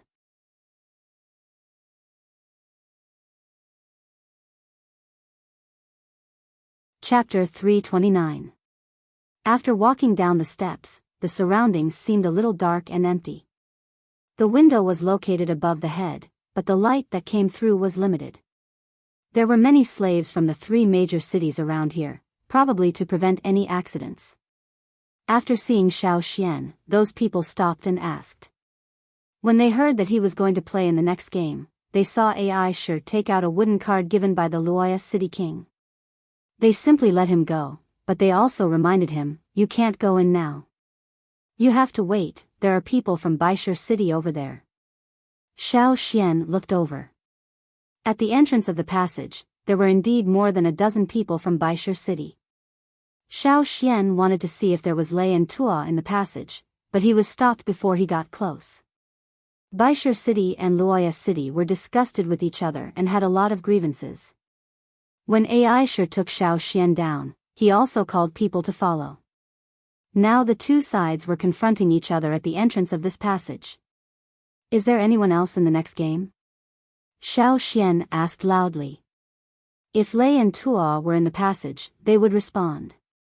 Sure enough, after Xiao Xian's voice fell, Tuo's voice came from the passage. Xian. Probably Tua wanted to come out, but he was stopped. Xian, what are you doing here? Leave. Tua hurriedly said. What are you shouting for? The voice of the Baishu City people came from the passage, followed by the sound of fighting. Xiao Xian's eyes were sharp, and he kicked the nearest Baishu City person. This kick also ignited the line of fire on both sides of Baishu City and Luoya City. The two sides looked at each other and suddenly fought. The guards of the three major cities around yelled and ran over, violently pulling the two sides apart. When the two sides stopped fighting because of the intervention of the guards of the three major cities, Xiaoxian had already entered the passage. In the passage, the light was dimmer, but it was enough for Xiaoxian to see the situation inside. Tuo was standing against the wall. Perhaps he had just had a brief fight with the Baisher city people. He was standing there gasping for breath. Next to Tuo, Lei was sitting on the ground, and it seemed that the situation was not good. He checked Rei's condition. His life was not in danger for the time being. Only a few of his ribs were broken and his internal organs were injured. Xiaoxian gave Tuo and Lei some of the medicine he had with him, and then looked at the others around him. Yes, in addition to Lei and Tuo, there were 4 people Xiaoxian knew. 2 of them were from the Feather tribe and the other 2 were from the Tian Shan tribe. All 4 of them had different degrees of injuries. In addition to them, there were 4 other slaves with whip scars on their bodies. One of them had been chopped off at the wrist. It was estimated that they were the guilty slaves who had committed a crime and were thrown here by Baisher. Xiaoxian only knew that there were many people in the wooden box in Baisher city. He was not sure whether Lei and Tuo were in it. Now it seemed that not only Lei and Tuo, but also the other 4 tribesmen and the guilty slaves. Including Lei and Tuo, Baisher city had prepared a total of 10 people, all of whom were going to play in the 4th game. To be exact, they were the sacrifices prepared for the 4th game. After all, in the current state of these 10 people, it was impossible to win against a specially prepared fighting beast. Taking advantage of this time, Tuo told Xiaoxian about how they were caught that day. It was because they saw the Feather tribe and the Tian Shan tribe that they fell into the Baisher people's trap. Also, Tuo's face was solemn. Xian, that day I also saw the symbol of the Wuxia tribe. The Wuxia tribe had a relationship with the slave owners. Xiaoxian had long known that, but he did not expect that the connection was with the Baisher people. Were they all stones? In addition to these, we also saw Dao Yu. Tuo couldn't bear to mention it. Lei and I couldn't beat him. Lei's injuries were caused by Dao Yu.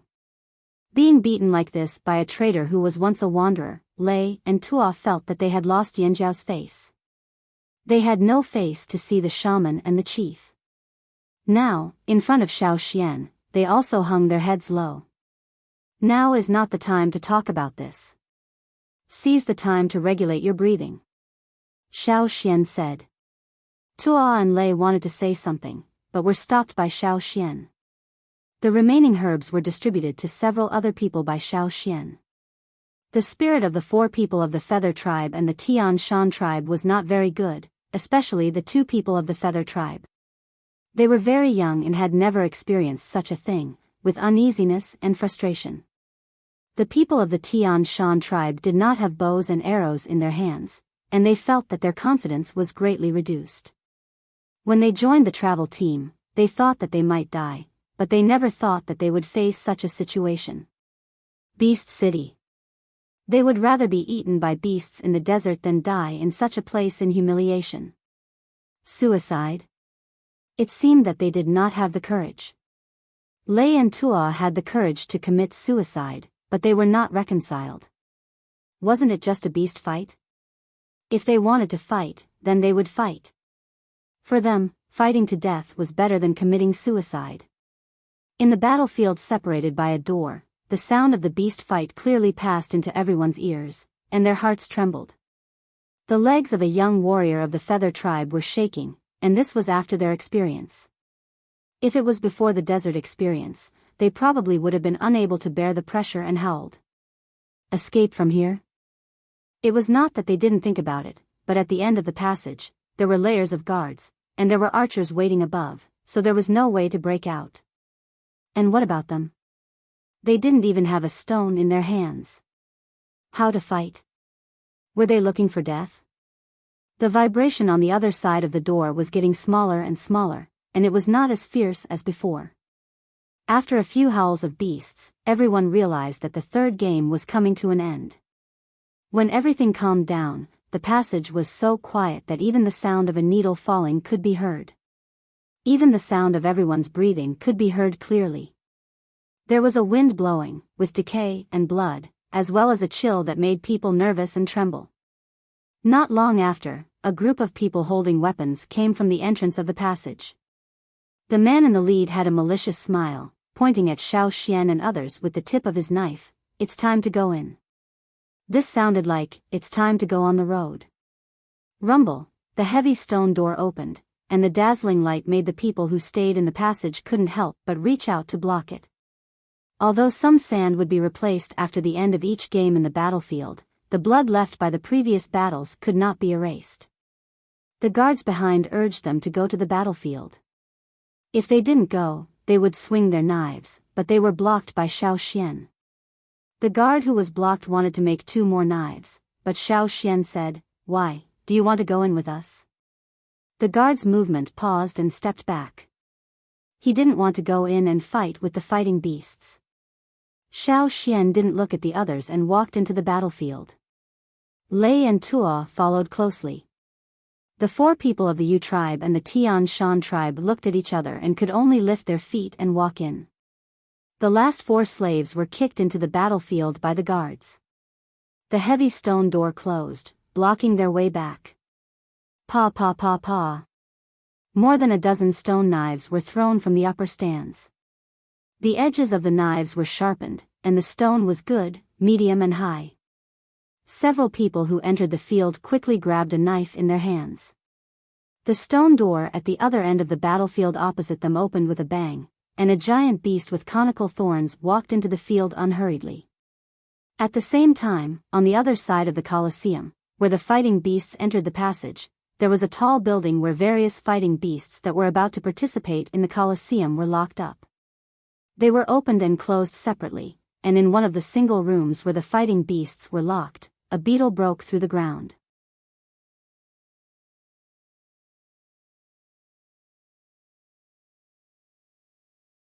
Chapter 330. In the place where the fighting beasts were kept, in a warehouse-like house, a giant beast was lying there quietly. It was a bull with big pointed horns, and if the outside light was good, one could see the brown fur. It was the fighting beast that had appeared every year in Red Star City for the past 5 years, winning 5 battles. Because some of the patterns on its back were like flames, it was also called the Flame Bull by the people of Red Star City. This Flame Bull had been enslaved by the Red Star City Lord, and it was not the first time it had participated in the Colosseum. It had even been used as the finale many times. The sound from the Colosseum made it annoyed, but it was not crazy. There were also some drugs around that could make them temporarily calm down. There was not much light coming through the few holes in the slate, but the dim environment did not have much impact on it. Suddenly, it heard movement on the ground and looked over, only to see a bug crawling out of the ground. The Flame Bull did not pay attention to it. After looking at it, it continued to rest and prepare for the next battle. Just a bug, why bother looking? However, it did not pay attention to it. The bug was restless, biting and scratching every once in a while, and it was becoming more and more rampant. The shaking of the bull's tail could not expel it. The speed of the bug was quite fast. It was annoying. In order to participate in the battle, it would be hungry for a day or 2 like most of the fighting beasts. Although there would still be food supply in these days, it was much less than the previous careful breeding. In addition, after coming to the Colosseum, it had not eaten its favorite kind of grass. In the past, when it was in Red Star City, there were slaves who transported the grass every few days. But after coming here, it could only eat hay and some other plants that did not taste good. It was a little hot. The Flame Bull's 2 big nostrils spewed out hot air, and its calm mood was faintly fluctuating. On the other side, in the Colosseum, Xiao Xian looked at the horned lizard beast that walked into the battlefield. Its body was flat, and its torso was oval.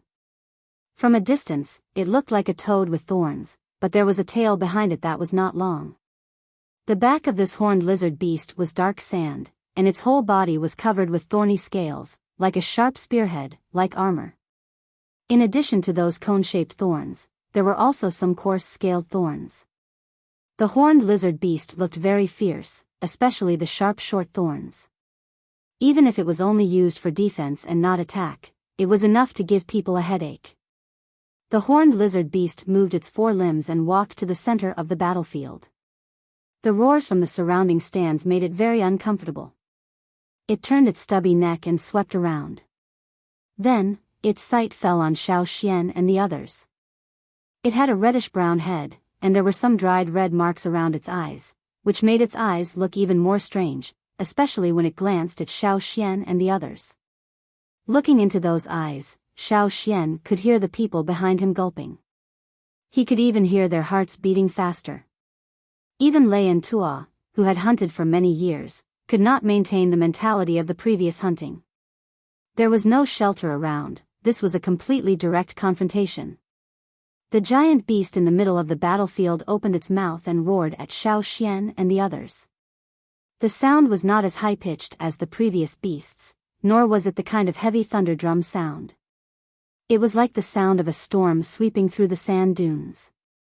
It made people feel their hair stand on end. With the roar, the rapid airflow blew up the sand on the battlefield. The oncoming sand made everyone's eyes narrow, but they did not dare to move away. They were afraid that if they moved, they would miss the opportunity to escape. "Xian, what should we do?" Tuo asked. "Wait first." Xiao Xian observed the horned lizard beast, recalling the information Su Gu gave him to determine the feasibility of the strategy. He didn't really want to fight with such a fierce beast here. If he really fought with his life, the already injured Lei and Tuo would not be spared. From the previous two battles, he could see the destructive power of the fighting beasts in the battlefield. Especially Lei, who probably endured the pain while running, so his movement was naturally severely limited. After the horned lizard beast in the battlefield roared, it moved its four limbs and sped up its pace. It went to the place where Xiao Xian and the others were. With every step, a lot of sand was kicked up. Xiao Xian and the others had not yet moved, but the four slaves in the back began to shout and run away. The horned lizard beast was originally heading in the direction of Xiao Xian and the others, but when it saw the people running away, it put its attention on the people running. Looking at its cumbersome body, each step was huge, and within a few steps, it had already caught up with the slave running in the front. The horned lizard beast did not stretch out its relatively short limbs, nor did it swing its not-so-long tail. Instead, it directly slid and floated sideways, hitting the stone wall next to it. Boom! Sand and stones splashed, and the stones on the edge of the wall were hit by the hard horns on its body. A lot of stone chips fell off. The slave running in the front was sandwiched between the horned lizard beast and the wall of the battlefield. One could imagine his end. The rest of the people felt their breathing stagnant, and the hand holding the knife was shaking. The courage that they had just gathered was scattered into slag under this collision. Oh dash, good. Oh dash, in the surrounding stands, the young slave owners were so excited that their faces turned red, and when they roared wildly, their faces looked ferocious. They heard that in addition to the four slaves who were obviously tanned, the others were tribal people, and this group of slave owners was even more excited. It turned out to be tribal people. Kill, kill, kill. Kill them.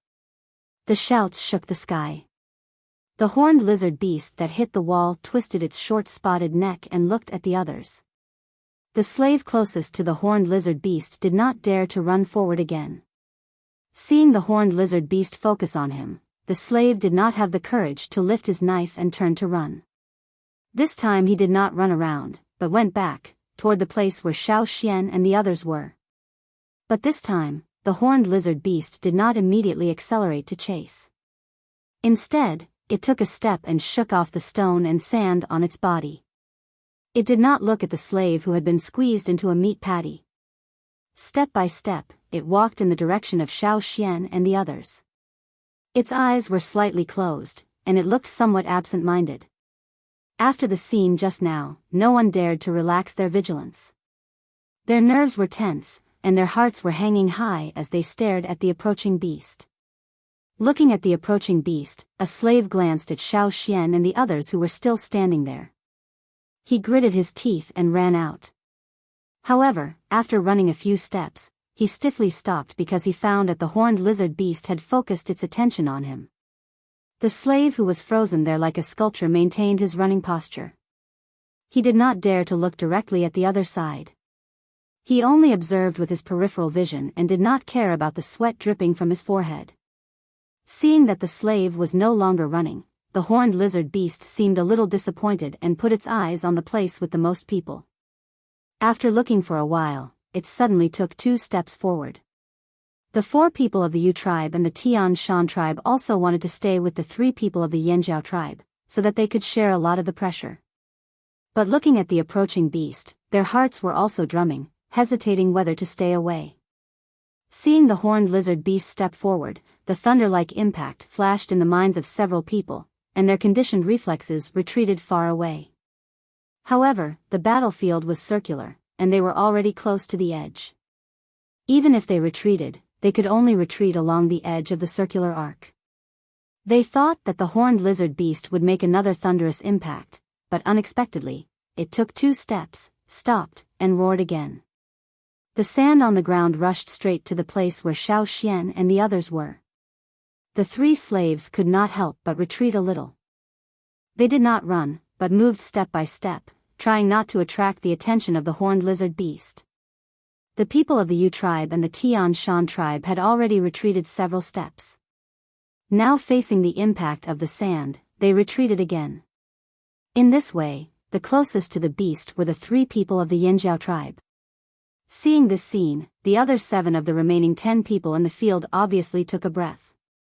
In any case, the first to face the attack of the beast must be the 3 of them.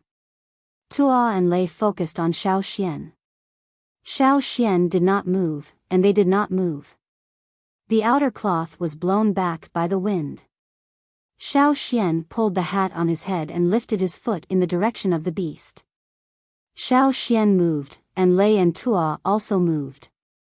Probably feeling that Xiao Xian issued an attack signal, Lei rushed forward with a knife. If it was during the hunt, he would not be so impulsive, but here, the pressure brought by the atmosphere pulled his nerves. After seeing the beast, he did not even think about leaving. Death is death, at least try to create some opportunities for Xiao Xian and Tuo. If they could hurt the beast a few times, it would be better. However, Lei, who was going to try his best to fight, had not run a step, and was thrown to Tuo by Xiao Xian.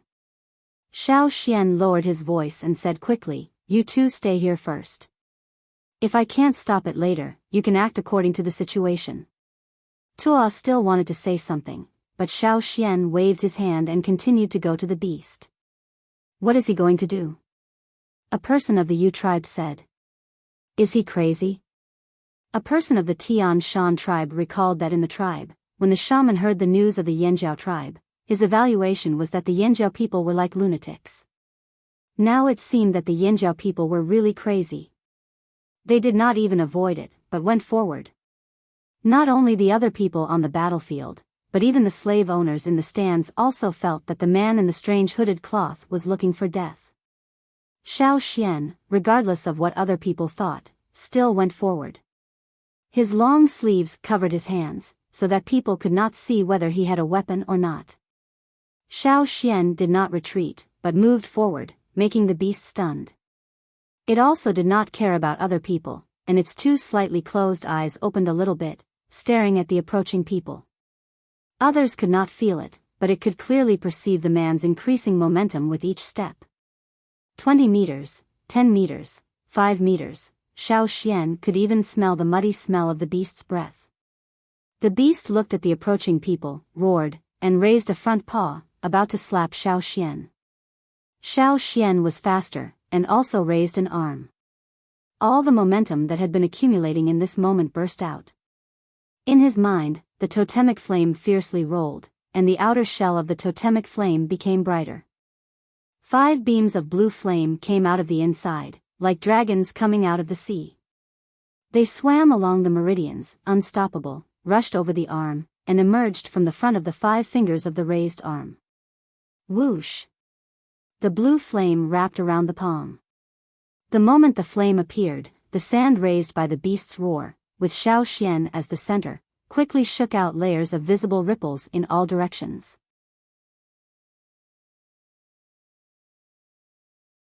Chapter 331. This was the first time that Xiao Xian showed the blue flame in public. Although this was not a good idea, after revealing the blue flame, he would certainly be targeted by more slave owners. However, after thinking about it, this was the best way. After the blue flame appeared, the slave owners, who were originally excited in the stands, seemed to be strangled, one by one. That is. Isn't he a tribesman? How could there be a slave owner? Yes, who is that guy? I can't see clearly with a hat. As slave owners, they knew what such a blue flame represented since they were sensible. If they could not make such a blue flame, they would not be a real slave owner. Such a blue flame was a symbol of slavery. It was the proof of a slave owner. Not only the young slave owners, but even the several city lords could not help but straighten up. The people who were still sitting lazily, absent-mindedly tasting the wine, and the people who were intimate with the beautiful concubines, all turned their eyes to the battlefield. In particular, Su Gu, who originally had some worries, was now so shocked that his jaw almost fell. Slave owner? What a slave owner! No one knew better than him that Xiao Xian was a tribesman. A real tribesman. When he was in the oasis, he also saw Xiao Xian's totem pattern. How could he be a slave owner? At this time, Su Gu suddenly remembered that Xiao Xian had asked him a question: can a tribesman enslave a slave? How did he answer at that time? Impossible. Su Gu stretched his neck and looked at the scene on the battlefield. He rubbed his eyes. It was indeed the blue flame. On the Baisher side, Dao Yu, who originally saw Xiao Xian on the field, was still sneering in his heart. He wanted to see the tragedy of the three people. At this moment, his face changed again and again. He now suddenly regretted it. How could he ignore such a person? He was sure that the kid was a real tribesman. Because of this, his heart was faintly worried and afraid. If he had known this, he would certainly not hesitate to get rid of this big threat first. The Baisher king now wanted to throw his cup. What about a tribesman? How could he become a slave owner? What, you said that was a tribesman? Bastard. Do you think I don't have eyes? Could the tribesman be enslaved? Could the tribesman make such a blue fire? Fuck, that fire is even bigger than mine. The White Stone King felt suffocated. Several slaves around caught a glimpse of the White Stone King's gloomy eyes and quickly lowered their heads for fear of being angered. However, the White Stone King loves his face. Even if the arrangement goes wrong, he has to endure it for the time being. He can't fly into a rage immediately. Otherwise, he will be laughed at by the other city lords for his ability to control the situation. Therefore, Baisher Wang not only could not vent now, but also had to put on airs, as if everything was under his control. On the battlefield, Xiao Xian faced the giant beast and raised his arm. The flame on his palm floated against the sand and air currents towards the giant beast. He was like a predator that had smelled delicious food, ready to make a move. The horned lizard beast lifted its thick forelimb. At the moment when the blue flame appeared, it froze. The roar stopped and roared again, several times in a row, as if to demonstrate to Xiao Xian. To be able to get a giant desert beast to demonstrate its power, it must have classified them as a threat. The previous roars were just its way of venting and teasing. Now, the roar was a show of force. It stared at Xiao Xian, looking at the blue flame with fear. Xiao Xian raised his head slightly. Because of the hat on his head, the people standing on the high platform could not see Xiao Xian's face, but the giant beast saw it. On Xiao Xian's face, the dark totem patterns that were originally exposed became as red as magma. If there were no clothes to cover it, you could see that the totem patterns in other places on Xiao Xian's body were similar. After a series of roars, the giant beast lifted its forelimb and moved. Just when the people in the stands thought that the giant beast would show its power and smash the boy who dared to show the enslavement flame in front of it into a meat patty, they found that the truth was not what they thought. The giant beast's raised forelimb not only did not move forward, but fell back. It was retreating. Such a giant beast, it actually retreated. People who have enslaved fighting beasts know that they will resist when enslaved, so many people will let slaves help control them when enslaving them. But what about the one off the field? Why did it retreat? This was only known to the horned lizard beast that faced Xiao Xian at close range. Those who were far away would not be able to feel the power, but it could clearly feel it. No, it can't go over. So, it chose to retreat, roaring as it retreated, as if facing a great enemy. Taking a step back shows that it is timid and afraid. At this time, Xiao Xian once again took a step forward, even more imposing and decisive than before. The blue flame in his hand once again floated to the giant beast's side. Xiao Xian knew that after this horned lizard beast was caught, it became cautious and ate a loss. Naturally, its attitude towards people was more careful. After entering the battlefield, the first step it did was just to test the strength of the people on the field and the hardness of the surrounding walls. The people here did not seem to be strong and did not pose much of a threat. It also tested the hardness of the walls and found that it was difficult to break. It temporarily put its eyes on Xiao Xian and the others, wanting to vent. But now, it was aware of the threat, but the line of its heart did not collapse. At this time, it could not show fear and hesitation. The more powerful Xiao Xian was, the more the giant beast would doubt itself. Yes, Su Gu said that this beast was very smart, but the smarter it was, the more it would think. It was not like some fighting beasts, which were straightforward and did not think much about the style of fighting directly. Dao Yu and the people of Bishur City did not think that they would deliberately pick such a tricky beast, but instead, it helped Xiao Xian. Listening to the roar of the giant beast now, compared to the strength at the beginning, it now sounded like a fierce appearance but weak inside. Seeing Xiao Xian pressing on, it continued to move back. Its tail hit the wall, so it had to turn in another direction and continue to retreat. The successive roars continued to lift the sand on the ground, as if to blow out the fire in Xiao Xian's hand. However, this round of sandstorms could not break through this layer of barrier. Moreover, the fire from the fire seed could not be blown out by the wind and covered by the sand. How could it be extinguished by the roar of a fierce beast? One retreated, one advanced. Xiao Xian pushed the horned lizard beast from one side of the battlefield, step by step, to the middle of the battlefield, and continued to push. It was not only the other people on the battlefield who were stunned, but even the countless experienced slave owners in the stands who were watching the war were also stunned. What was this situation? This beast city rarely seen in hundreds of years. Who the hell is that kid? He looks more arrogant than the Snowfield's young master Ah.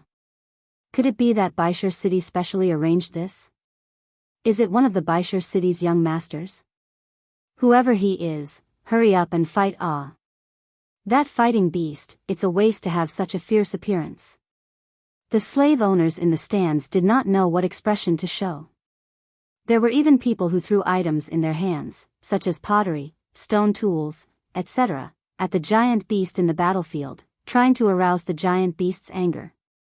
However, after being smashed, the giant beast was indeed angry, but it was not directed at Xiao Xian. Instead, it turned its head in the direction of the smashing. It roared angrily, and the airflow rushed to the stands. The young slave owners who threw things in the stands quickly pulled the slaves around them in front of them. After roaring at the stands, the horned lizard beast turned its head and continued to retreat until its tail touched the wall of the battlefield.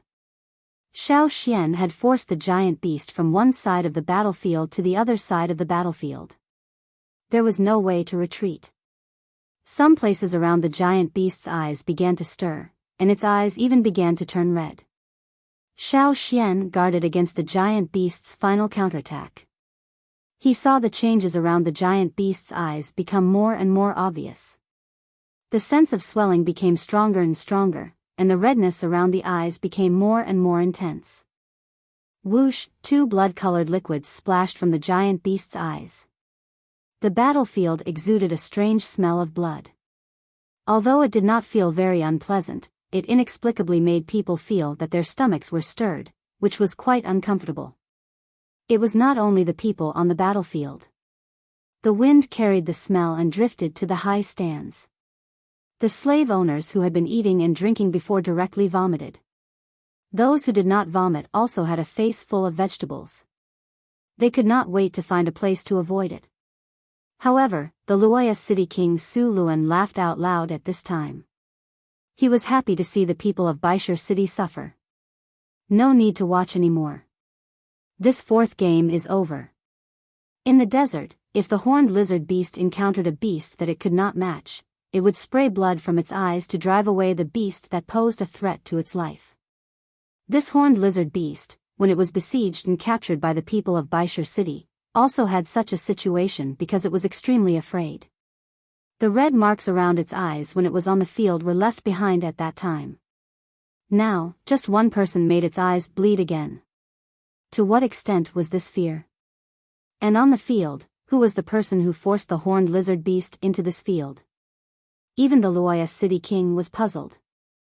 Was it really from the tribe? In any case, when they saw the horned lizard beast's eyes bleed, the experienced people knew that this beast fight could not go on.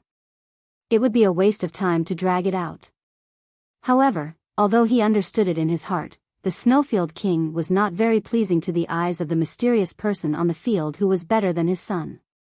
He waved his hand. This fighting beast is not good. It has ruined everyone's interest. The Snowfield king's words were a naked slap in the face of the Bishur king. Before the start of this game, the Bishur king had said that he would make everyone happier. And the result? The words spoiled everyone's mood, were two merciless slaps on Bishur king's face, which was loud enough. He did not look at the Bishur king who was full of hostility. As the person who presided over the overall situation of this year's beast fight, the Snowfield king thought that Bishur city was a poor ghost. Catching such a good-for-nothing waste was really disappointing. In that case, I will let you see the ability of my Snowfield city. Change it to my Snowfield's fighting beast.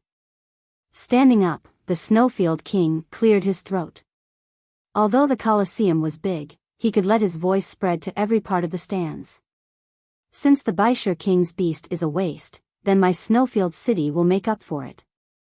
Come, the Snowfield king's words had not yet finished when he heard a beast cry not far away. Moo, the Snowfield king, who was interrupted, was slightly angry in his heart. With an unhappy face, he paused and continued, Come, bring, moo. There was another beast cry, this time louder than the previous one. The Snowfield king's face was even more unhappy. He snorted discontentedly and then said, Bring us, moo. This third sound even overwhelmed the voice of the Snowfield king. Interrupted one after another, the Snowfield king was so angry that he threw his cup and stared at the Red Star City side. This cry was from the flame bull of the Red Star City side. Although they were far away and there was a battlefield between them, the Red Star City lord could still feel the sharp gaze that was like a substance. Many people from other cities also looked at the Red Star City side. With a slight cough, the Red Star City king turned around and said a few words to a few capable people next to him, letting them take care of it, but not to hurt the bull. Turning his head and not speaking, there was another loud roar of the beast. Others looked at the Red Star City king. The Red Star City king was about to say, I have already sent people over. But just as he was about to speak, he suddenly slammed on the brakes. Huh. That's not right. This cry is not from our family's bull, it's more like the one from Snowfield. Hearing this, everyone looked in the direction of Snowfield City. Standing there against the wind, the Snowfield king, wearing a white fur coat, was particularly conspicuous. The Snowfield king, whose face was blue because of the interruption, was even more blue now.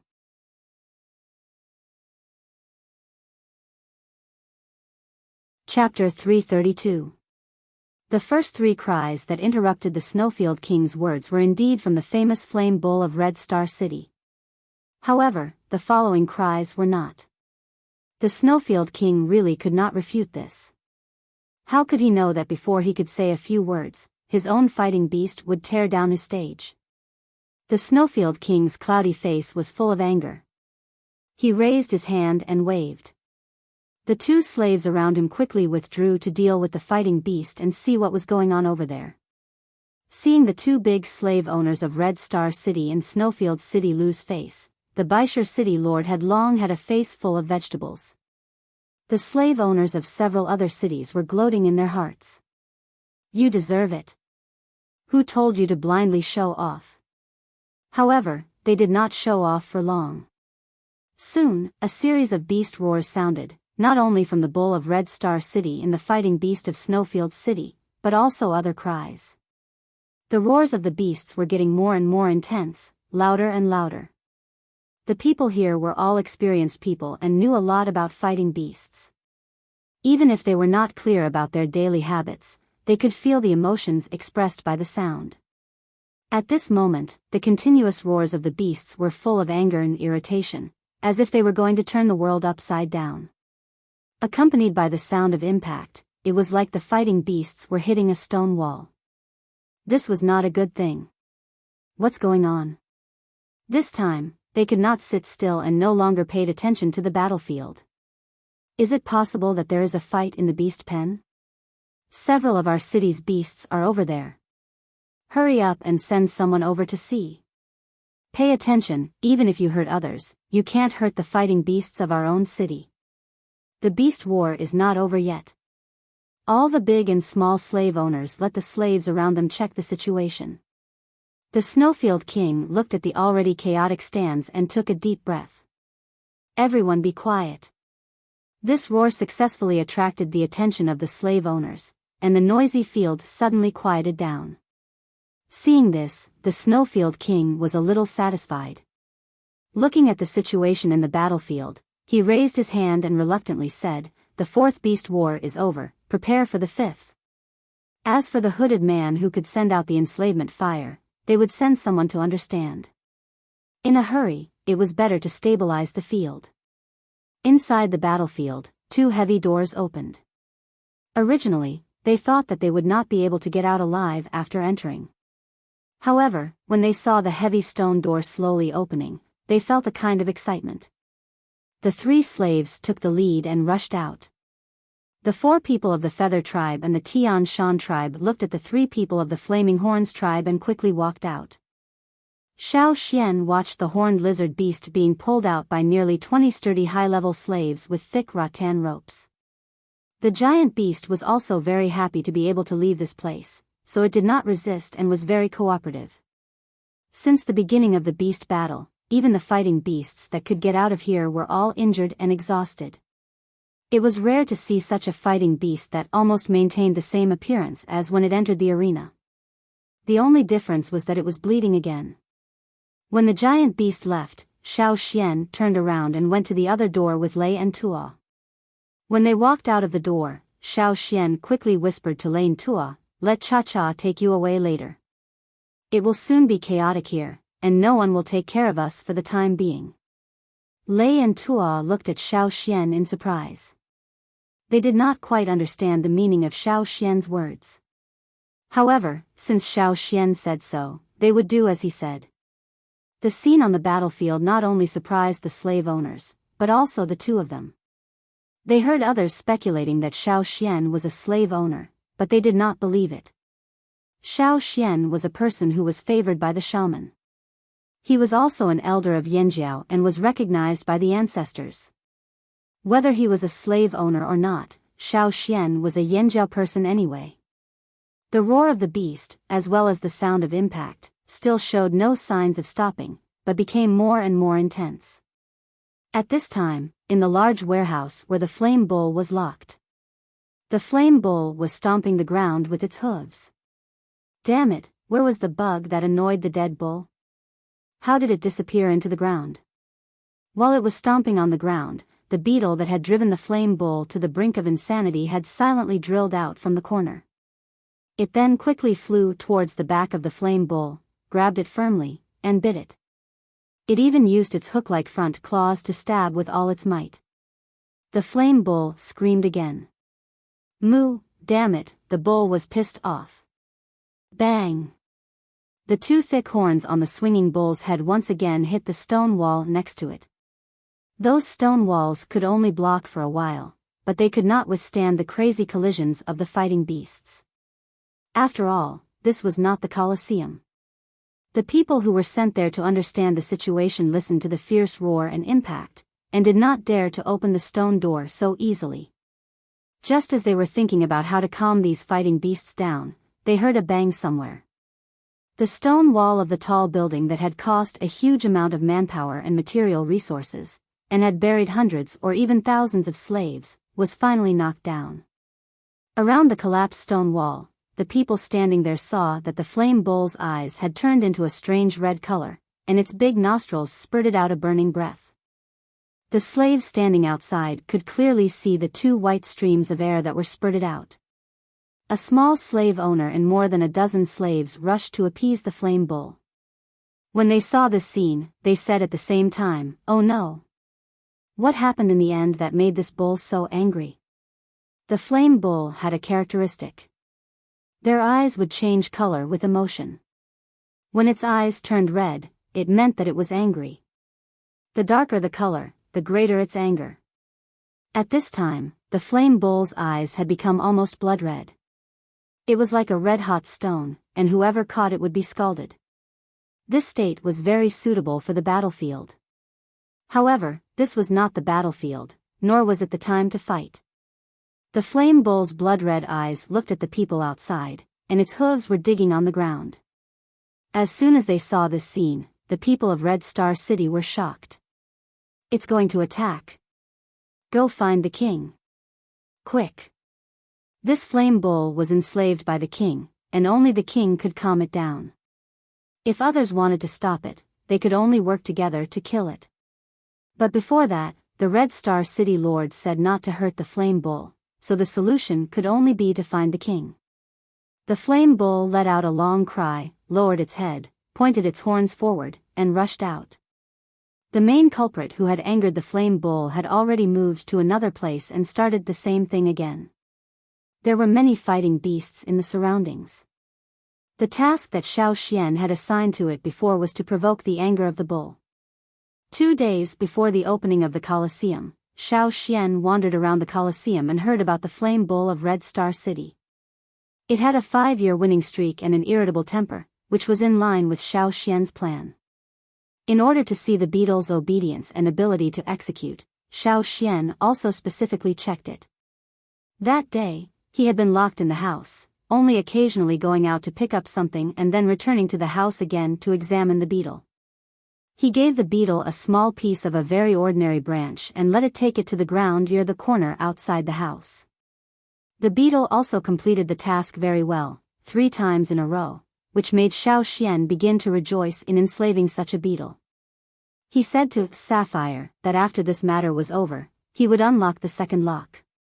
In fact, after Xiao Xian determined its ability, he also wanted to unlock the second lock, but the time from the first lock was too short. According to Su Gu, if the time interval between the 2 unlocks of the slaves was too short, it may not be good. There were even cases of death. Therefore, Xiao Xian did not immediately unlock it, but promised to unlock it later. In fact, in addition to the big blue beetle, there were also a large number of beetles in the other places where the fighting beasts were locked. Although they did not pose any threat individually, once the number increased, it would be different. This was also the reason why the other fighting beasts began to be anxious and angry. The Colosseum would be open for 2 to 3 days before and after the full moon, and there were about 10 battles every day. Most of the fighting beasts that appeared in these battles were locked up in the place next to the Colosseum. After all, there may be some small changes before the fighting beasts. Therefore, it was not only the fighting beasts that appeared on the first day, but also the ones that appeared on the second day. And now, these battle beasts that were finally pacified and locked up to prepare for battle were all going crazy. At first, it was only 1 or 2, but soon it was like a chain reaction, driving the mood of the other fighting beasts. The fighting beasts, whose tempers were not very good, became even worse. What's more, this time there was a factor that ignited their anger. Boom! Another stone wall was knocked down. And this was also like a prelude. After this, a stone wall was knocked down and the stone door was knocked open. Under the rage of the fighting beasts, less than 10% of their rationality remained. The first to bear their anger, in addition to the slaves guarding this side, was the Colosseum. However, there were many protections in the Colosseum, and there were also high walls blocking them. They could not attack, so they turned to other directions, rampaging in the Beast City to vent their accumulated anger and murderous intent. The guards of the Beast City were composed of people from the 3 cities. It was impossible to say that they were absolutely harmonious. Coupled with the fact that the loopholes in the order were not very solid at the moment, they were instantly in a mess. The competition in the Colosseum could not be carried out because of the rioting fighting beasts outside. The slave owners, who were still emotional before, did not dare to leave at will. They could only stay here and wait for the king and the slaves to deal with the fighting beasts outside. It was not until the afternoon that the situation outside was barely stabilized. The frightened little slave owners who were hiding in the stands of the Colosseum were no longer in the mood to continue watching the fighting beasts. Under the escort of the slaves, they returned to their respective stations. Xiao Xian's group did not follow them to the Luoya city station. After Su Gu brought the message, they found a place to rest first. "Xian, are we not going to enter the Luoya city station?" Tuo asked. "Not for the time being," Xiao Xian said. "Why? Are you worried about the Luoya city king's suspicion?" "More than that, I'm worried that something big will happen. If it really happens, it's a good opportunity to leave." Xiao Xian looked at the full moon in the sky and said.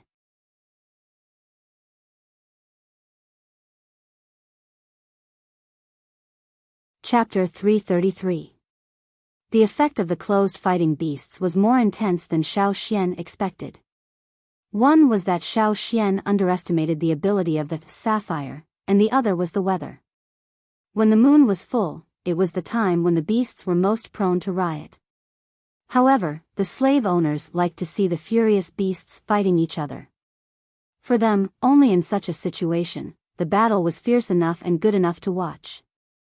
He just didn't know, after experiencing the collective riot of the fighting beasts, when they went to the Beast City again, would there be a psychological shadow? Xiao Xian stood on the high sand ridge, looking at the distant Luoya city station, and the Beast City further away. This night, Lei and Tuo had a rare good sleep. During the time of being caught, they had been on guard, nervous, and always on guard. Until now, with Xiao Xian and Cha-Cha, they were finally relaxed. Sleeping well could restore them quickly. After midnight, Xiao Xian saw a bird flying into Luoya City. Not long after, a small group of people rushed to Luoya City. Looking at their almost silent but fast running, Xiao Xian guessed that these people were sent by the Luoya City king to investigate the news. Something must have happened to make these people rush back in such a hurry. The next day, Xiao Xian went to find Su Gu alone. He did not take Lei and Tuo with him, letting them find a place to rest and recuperate. He first determined whether there was someone chasing the 3 of them. In particular, Dao Yu. Xiao Xian showed his hand in the Colosseum. Even if other people did not care, Dao Yu would certainly have an idea. In such a time when there might be a more intense storm, it was always good to be careful. However, what Xiao Xian did not expect was that he learned a surprising news from Su Gu. The Biyao king is dead? Well, someone came to report last night. Father asked me not to leave the station, and would leave here as soon as possible. Su Gu was a little tired. At first, he was curious as to how Xiao Xian was able to create the enslavement fire. However, under such circumstances, a tribesman was relatively unimportant.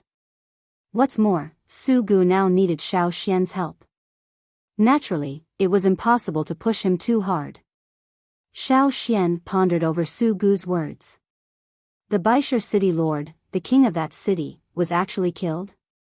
Yesterday, he was still angry in the beast fighting arena. How did he get slaughtered when he returned? Do you know who killed him? Xiao Xian asked. Su Gu shook his head. I don't know. How about Dao Yu? Xiao Xian asked again. I don't know, but I heard that one of the Baisha king's 3 close guards died. After a pause, Su Gu added, it seems that the one who died was not Dao Yu. After the riot in the beast fighting arena, another city lord was killed. This time, the beast fighting arena was doomed to not continue. At first, when he heard the news, the Snowfield King was still clamoring to investigate why the fighting beasts rioted and how the city lord was killed. However, in the afternoon, there was news that the Snowfield King had left with his people. In the original words of the Snowfield King, I have an urgent matter. Whoever wants to care about it, I don't care anyway. What happened in the end that could make the Snowfield King so anxious? Xiao Xian wondered. I heard that the Snowfield city side seems to have lost a very important thing. Su Gu said. A very important thing? Xiao Xian asked. I don't know what it is. I'm still inquiring. However, it is said that it may be related to your tribe. Su Gu said. Xiao Xian's eyelids twitched. What were the hidden purposes of the other tribes? His previous guess was that they were looking for metal ores. Could it be that they had succeeded? The people of the Feather tribe and the Tianshan tribe who came back with them that day had already left overnight yesterday. They did not say hello to the people of Luoya City.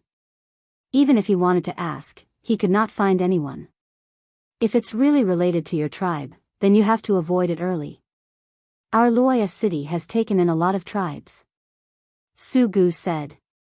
Things were the same as what Su Gu said. In the afternoon, near dusk, the Luoya City King gathered his people and left with everyone. There was no one left in the station. Originally, Xiao Xian wanted to let Cha Cha leave with Lei and Tua first, but Su Gu took the initiative to let Lei and Tua go with them. In the 2 days before and after the full moon, the desert was very dangerous, so it was better to be careful. Xiao Xian thought about it and agreed. On the day they left the beast-fighting desert, the Luoya City King saw the 3 of them and did not say a word. As for Baisha City, after their king was killed, the young masters of Baisha City and the small slave owners left with their slaves. It was too dangerous here, so it was better to go back to the city first and then fight for the throne. Not only Baisha City and Luoya City, but people from several other cities also left one after another. They seemed to be aware of the coming storm and left in a hurry. The people of several cities left, leaving only the original guards of Beast City. The guards of the 3 cities were already on guard against each other. A Snowfield City guard left here went out to release water at night. The desert at night was bright because of the moon in the sky. The guard went to a beast fighting pit. There were a lot of beast corpses piled up in the pit. Most of them were the losers of the beast fighting war in the past 2 days. If it was in the past, these corpses would have been given to the slaves to eat. But now, they had all withdrawn, leaving too many corpses behind. They were all thrown in a beast-fighting pit. After another 10 days, only the bones would be left. There were scavenger birds and other insects around, which would digest these corpses. Yawning, the guard looked around. Except for his own companions not far away, he did not find other people from other cities. This made him feel relieved and he planned to urinate. Just as he was about to urinate, he suddenly heard some fine sounds. He quickly looked around and found no other abnormalities. Then he listened carefully. Those sounds were coming from under the beast fighting pit. Could it be that there were still beasts in the pit that had not died? Thinking of the riot in the beast fighting pit, the guard swallowed his saliva. He held the handle of his knife and stretched his neck to look inside. Then, he saw some black beetles coming out from under the beast fighting pit. One by one, they quickly wrapped up the corpses of the beasts piled up at the top. If that was all, the guard found that the corpses of the beasts in the pit were quickly thinning. The originally strong muscles became dry at a speed visible to the naked eye. Even if he had seen the scavengers in the desert quickly eliminate the corpses, it was also caused by the joint action of many birds and other animals of all sizes. But now, in this pit, there was only one kind of beetle. They were frantically gnawing, and the black armor on their backs reflected the cold white light of the moon. He had guarded the beast-fighting pit for so many years and had never seen such a scene. According to the previous years, such a large number of beast corpses would take about 10 days. But looking at the current situation, it would take less than 10 days. There was no need to wait for the sun to come out tomorrow. These beast corpses would be eliminated and only hard bones and thick scales would be left. The guard standing outside the pit had cold sweat on his back. He felt that his scalp was frozen. He shouted and ran to his companions to talk about what was happening in the beast-fighting pit. Insects? You mean those little beetles? It can't be, right? Some people doubted. It's true, it's true. If you don't believe me, go and see. The other guards were puzzled and planned to team up to see. They were really frightened by recent events. One or two of them did not dare to run around. However, when they went to see in a group, there were no more black beetles in the pit. Not a single one could be seen. However, the corpses of the beasts had obvious signs of being gnawed and shriveled. How come they're gone? They were just here. The guard walked around the pit, looking for them but did not find any. Under the sand, a group of beetles that had just gnawed on the corpses of the beasts had left, following a big blue beetle and leaving the beast-fighting pit. The next day, when the sun rose, only a few seemingly harmless beetles were left in the beast-fighting pit. Most of them had disappeared.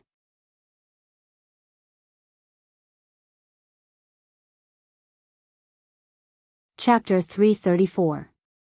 The Snowfield King, who left the Beast City behind, took his people and rushed back to Snowfield City overnight. Standing in the secret underground palace, the Snowfield King's eyes widened as he looked at the small open space under his feet.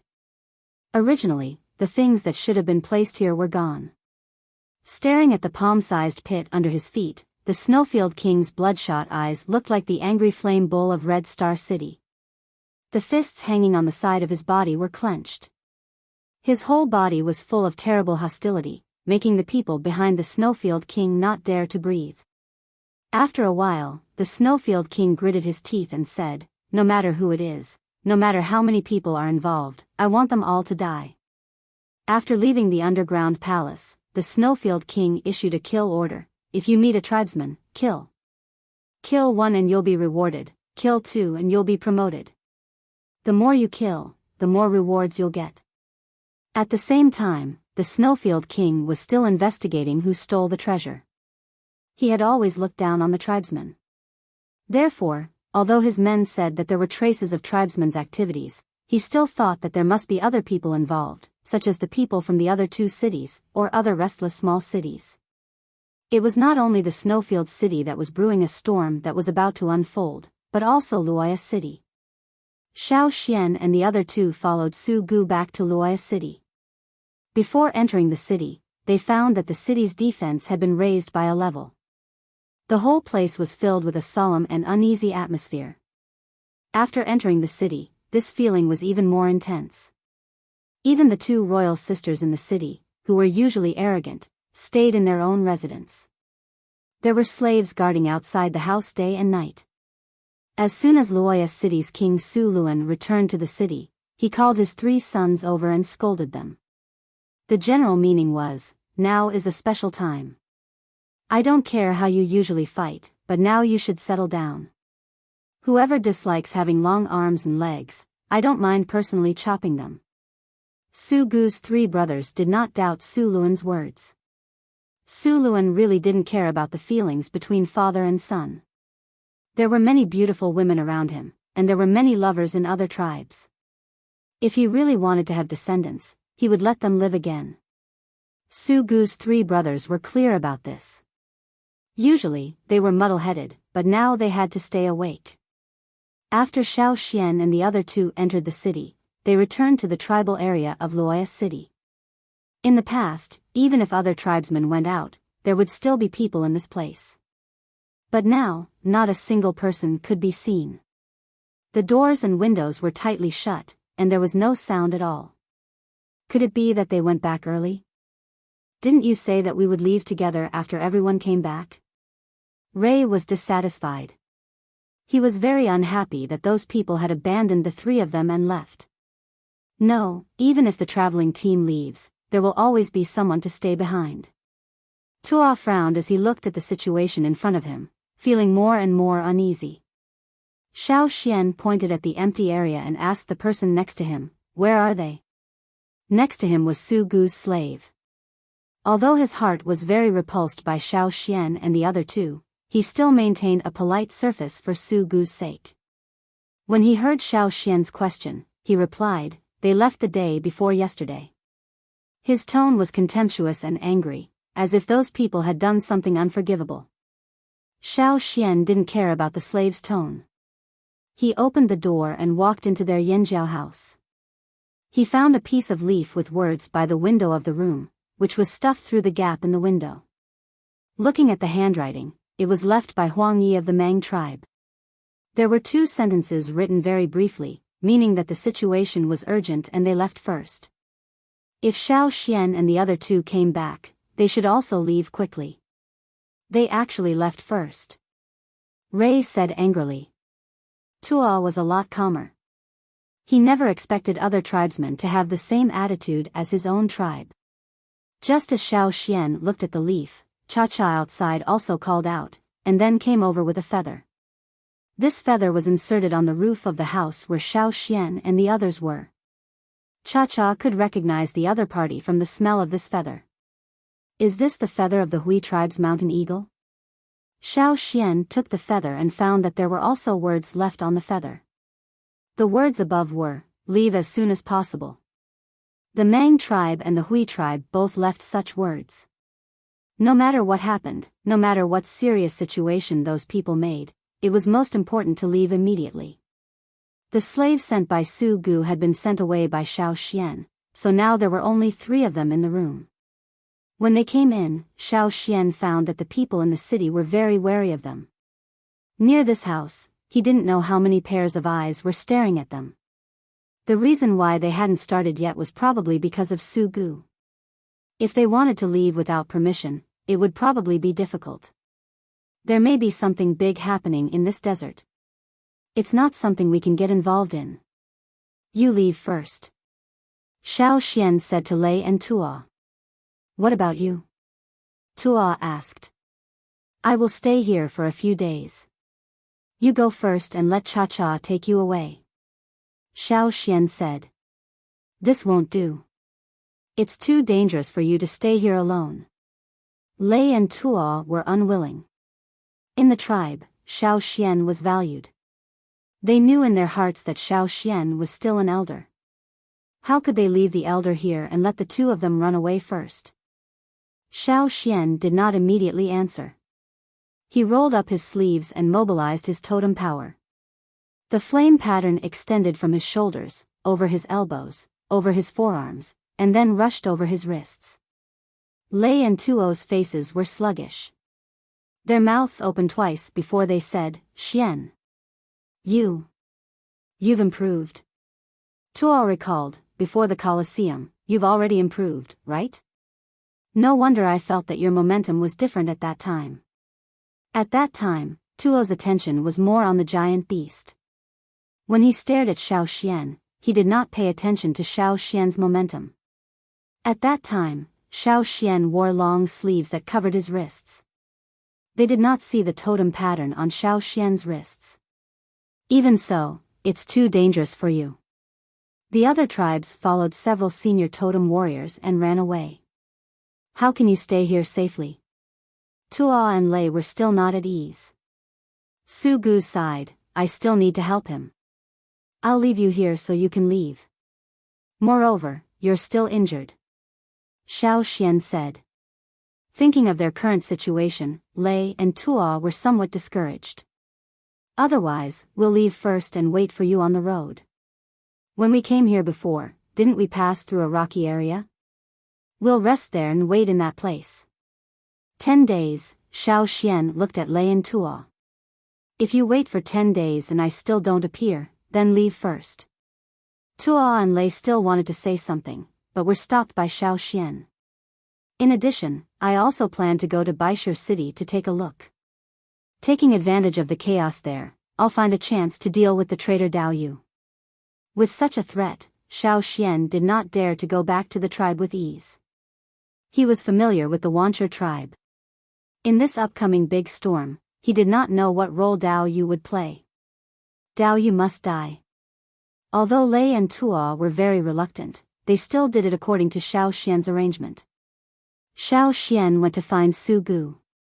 Su Gu did not pay much attention to Lei and Tuo. The two could not help him, so he readily let them go. He recently planned to enslave another group of people, as long as Xiao Xian stayed. After Lei and Tuo were taken away by Cha-Cha, Su Gu went to find Xiao Xian. He wanted to enslave another group of slaves. After seeing Xiao Xian's enslavement fire, Su Gu also communicated with Xiao Xian. However, Xiao Xian had not yet enslaved people, and for the time being, he did not intend to enslave people. Su Gu was somewhat disappointed. He also wanted to see if Xiao Xian could successfully enslave people. This was a rare talent for the tribes. This person actually did not use it. Such a good talent. Su Gu thought.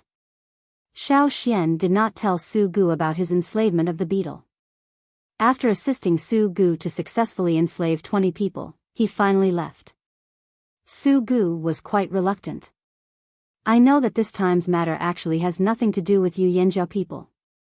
However, I still want to remind you to be more careful. It is said that the Snowfield King has issued a kill order to the tribes, so that the people of Snowfield City, as long as they meet the tribes, will directly kill them. Isn't your Luoya city worried about the Snowfield King coming to kill you? You have taken in the tribes. Xiao Xian asked. Su Gu thought about his father's attitude. It seemed that he was not worried at all. Recently, his father's beautiful concubine had changed, and every day was very happy.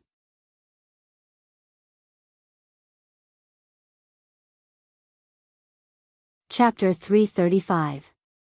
When Xiao Xian left Luoya City, the camel brought from the Rain tribe spontaneously followed Xiao Xian. Originally, Xiao Xian thought that the camel was reluctant to leave him, and knew that it was not good to stay in the city, so it wanted to follow him. However, after leaving Luoya City, Xiao Xian saw the camel shake its head and make an ong sound, as if it was saying bye-bye, and then went to other places. The direction was completely different from Xiao Xian, and it did not care about Xiao Xian at all. Xiao Xian stared at the camel's figure, quickly walked over, and untied its reins, leaving only a bag of water hanging around its neck. Xiao Xian had a water bottle and a stone that Yang Sui gave him, so he left the other bag of water to Mud. Patting Mud's neck, Xiao Xian said, "Good luck, don't get eaten." There were also some wild camels in the desert. Xiao Xian had seen them several times when he went into the desert with the expedition team. They were all in groups, walking on the ridge. In the scorching desert, the view was somewhat distorted. Mud, who seemed to be in a good mood, raised its head slightly and made an ong-ong sound. It faced the wind and sand and slowly walked away, the tuft of long hair on its head fluttering in the wind. Xiao Xian saw the camel's figure disappear from his sight and sighed. He looked at the reins in his hand and put them into the bag. He pulled his clothes, which were almost the same color as the desert, and quickly walked in the direction of Baishu City. The reason why White Stone City was called White Stone City was because the place where it was located, there were a lot of white stones exposed in the desert. In the desert, few rocks could withstand the continuous blow of flying sand and stones. The rocks exposed to the surface of the ground showed a variety of strange shapes under such grinding. When he saw the many white stones in his field of vision, Xiao Xian knew that he was not far from Baishu City. Perhaps there were still people from Baishu City patrolling around, so he had to be careful. Xiao Xian learned from Su Gu that after the death of the Baishu City's lord, the Baishu City's young lord brought people back to Baishu City and began to fight for the throne. Now there was a civil war. What was the cause of Baishu's death? Who killed him? Ironically, after his death, his children did not put in much effort to investigate the cause of his death or find the real culprit. They only cared about fighting for the position of city lord. While Xiao Xian was on his way to White Stone City, inside a stone house, blade-praying mantis's ashen face looked like it had shrunk. Not a single part of its exposed skin was intact. Its face was covered with wrinkles and all kinds of muscle necrosis injuries. It looked a little scary. Especially his left arm, which was wrapped in a thick cloth and emitted a very strong smell of herbs. His entire person looked extremely weak, as if he was suffering from a serious illness and was about to die. Wow! Dao Yu once again spat out a mouthful of blood. Lying on the wooden bed covered with thick animal skin, he forced a smile as he looked at the person in front of him. Young lord. Seeing Dao Yu struggling to get up, the Baisher city's young lord, who often looked for Dao Yu to discuss things, hurriedly said, "No need to be so polite. Just lie down." His line of sight swept over Dao Yu's terrifying face. Not daring to stay for half a minute, the Baisher young lord resisted the disgust in his heart and still maintained an amiable expression. His face was worried, as if he was worried about Dao Yu's injury. That day, the Baisher king was killed. The white stone card that symbolized the king's identity was also lost. Dao Yu went to track the murderer. Although he did not find the murderer, he picked up the white stone card and handed it to the young lord. No one doubted that Dao Yu would kill the Baisher king. In their view, Dao Yu did not get any benefits from killing the Baisher king, nor did he have the ability. How powerful was the Baisher king? How could he be killed by a slave? Seeing Dao Yu chase the murderer and make himself look like a ghost, they knew that the murderer was not caught, but was poisoned. When he received the white stone card from Dao Yu, the young lord's heart was very happy. With this stone card, he would have more confidence in competing for the throne in the city. Looking at the weak person on the bed, if it was a normal day, the Baisher young lord would certainly not care much about him. First, Dao Yu's current appearance looked too scary. Moreover, Dao Yu now seemed to have been wasted. On the day he came back, he looked fine, but as the days passed, his condition became more and more serious. Fortunately, he hid it from others. Most people in Baisher city did not know about Dao Yu's condition. The Baisher king's 3 guards, one of them died, leaving only Dao Yu and another one. The 2 of them supported different young lords. Although he was only a slave, at his current level, he knew too many secrets and had too many subordinates. Before obtaining the throne, even the Baisher young lord had to think twice before making a move. Now, Baisher city was still divided. If the other party knew about Dao Yu's condition, they would certainly take the opportunity to make trouble. Therefore, the Baisher young lord concealed Dao Yu's condition. Dao Yu wanted to recuperate at home, so the Baisher young lord was happy to do so, as long as Dao Yu did not go out to meet people. Enduring a few words, the Baisher young lord really could not stand Dao Yu's festering face and the smell of medicine here. After learning what he wanted to know from Dao Yu's mouth, he hurriedly left on the pretext that he had something to deal with. When he left, the Baisher young lord was still thinking, as soon as he took the throne, he would execute this slave. After the Baisher young master left in a hurry, Dao Yu, who was lying weakly on the wooden bed, sneered and changed to a comfortable position on the animal skin. He then unwrapped the cloth that was wrapped around his hand. This arm had been covered with festering wounds. Many of the muscles were necrotic, and the festering places could even see the white bones, which was very scary. With some difficulty, he moved his hand. The sharp pain made Dao Yu tremble all over. However, Dao Yu did not care about this. Instead, his eyes showed expectation and irrepressible excitement. I didn't expect the core seed to be so powerful. Dao Yu's eyes were burning as he looked at the festering hand that was almost only left with the bones. Poison. That was a treasure. A treasure that made the world crazy. So many people wanted to get it, but he, Dao Yu, got it. Just as he was thinking about the stolen treasure, Dao Yu suddenly heard the sound of approaching footsteps. Who? His fierce eyes swept over, only to see a person in a cloak.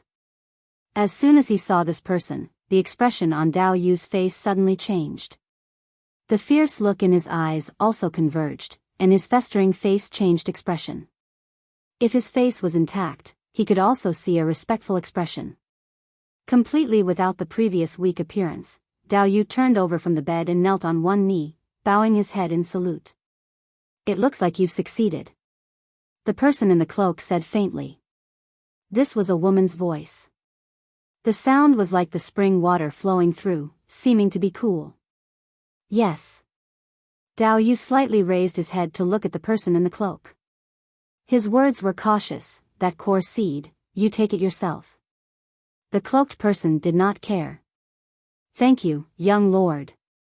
Dao Yu's eyes burst with joy. "Shu also has a word for me to bring to you. If you can take down Biyao City will also belong to you." After a few simple words, the cloaked person left a bag of herbs and left silently. Dao Yu carefully held the bag of herbs and personally boiled it. He drank all of it, leaving no dregs behind. These would allow his injuries to heal faster. After drinking the medicine, he looked at the dark sky outside the window. Dao Yu called two people, whispered a few words, and then jumped out of the window.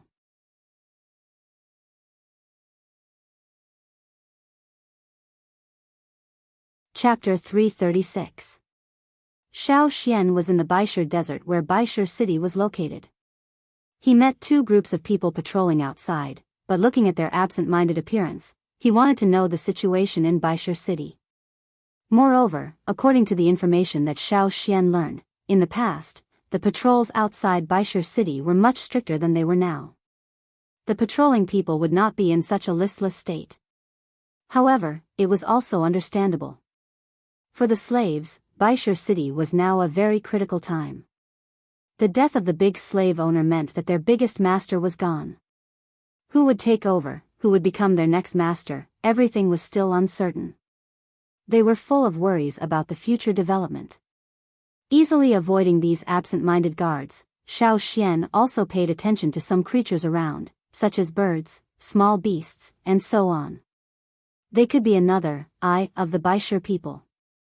Who knew if there would be people enslaving insects in Biyao City? It was better to be careful. After arriving at a large rock, this rock looked like a mushroom with a large umbrella-like top. This was because during the sandstorm, large grains of sand scraped closer to the ground, slowly grinding away the parts of the rock that were close to the ground. That was why it looked like this. Hiding below, Shao Xian temporarily did not have to worry about being discovered by the birds above. Near night, there were no people patrolling around. Going forward, he would soon reach Biyao City. Shao Xian intended to take a rest first. Drinking some water to restore his physical strength, Shao Xian thought about the plan to mix into Biyao City.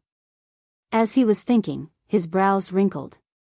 He had been thinking about how to mix into Biyao City, but the premise was that Dao Yu was in Biyao City. But what if Dao Yu was not? What would he do in the city? Thinking about it, Shao Xian cut a section of the reins from the camel. He intended to use this section of the rope to calculate the position of Dao Yu, but he did not know if it would be successful. After the divination was completed, Shao Xian opened his eyes and looked at the knot in his hand. He read the conclusion above and compared it to distinguish the position. His fingers drew on the ground and finally determined the indicated position. However, this direction was not the direction of White Stone City. No matter what, Shao Xian decided to go and take a look. Fortunately, he had done a divination before sneaking into Biyao City. Otherwise, it would have been a waste of time. After changing directions, Shao Xian quickly headed in the direction indicated by the conclusion. Without Cha-Cha's help, Shao Xian's speed in the desert slowed down, but it wasn't slow either. As they walked, Shao Xian discovered that they were already out of the White Rock Desert. At such a critical time in Biyao City, Dao Yu was not in the city. What was he doing running so far away? Shao Xian continued to move in that direction. He only rested for a short while during the night before continuing his search until he arrived at a certain place. This place looked no different from any other place in the desert. As far as the eye could see, there were sand dunes of varying heights. Even the relatively flat areas looked like the surface of a lake that had been disturbed by the wind. The wind here was slightly stronger, causing sand and dust to fly. Xiao Xian looked at the mountain-like sand dunes in front of him and then looked around. He didn't see anything suspicious, but according to the conclusion, it should be around here. Did he have to continue moving forward? Not only because of the conclusion, Xiao Xian also had a very strange feeling. He always felt that there should be something here. Continuing to move forward, climbing up the mountain-like sand dunes, the strange feeling in his heart became even more intense. In Xiao Xian's mind, the shell wrapped in the fire flashed. Such a change made Xiao Xian stop. Just as Xiao Xian was puzzled, he suddenly heard a soft sound. Although it was the sound of the surrounding wind blowing the sand, after Xiao Xian's upgrade, his hearing had also increased. He could distinguish other sounds from those noises. It was obviously not the sound of sand blowing. Xiao Xian quickly lay down on the ground and pulled his hood up. He looked in the direction of the sound. The sound was very soft in the sand, like the sound of stones being moved. It was very careful, as if the person who made the sound was on guard against something. Xiao Xian lay there patiently and stared in the direction of the sound. The surrounding sand blew against Xiao Xian's body, quickly covering him in a layer. Soon, Xiao Xian discovered that between the two sand dunes in front of him, there was a crack in the ground, and the sand was sinking in. The gap grew wider and wider until it was wide enough for one person to pass through. Only then did Xiao Xian see a person quickly jump out from the gap. The person looked around cautiously, but didn't find anything. Only then did he wave downwards. Xiao Xian saw a person come out from the crack. It seemed that someone was helping to deliver the person underground. However, after the reckless person was handed out, the crack in the ground closed. The person who came out first looked around, then dragged the reckless person into the distance. Xiao Xian thought for a moment and walked along the ridge under the cover of the sand. Although he couldn't follow closely, he could at least see where the person went. The person walked a distance and went around to the back of a hill. Then, he dug a hole in the sand with his hands and pushed the person in. Before burying the person, he took off all the clothes of the person who was pushed into the hole and compared them with his own body. It seemed that he wanted to keep them for his own use. The man put away the clothes he had taken off and filled the hole with sand. He looked around before returning to where he had come from.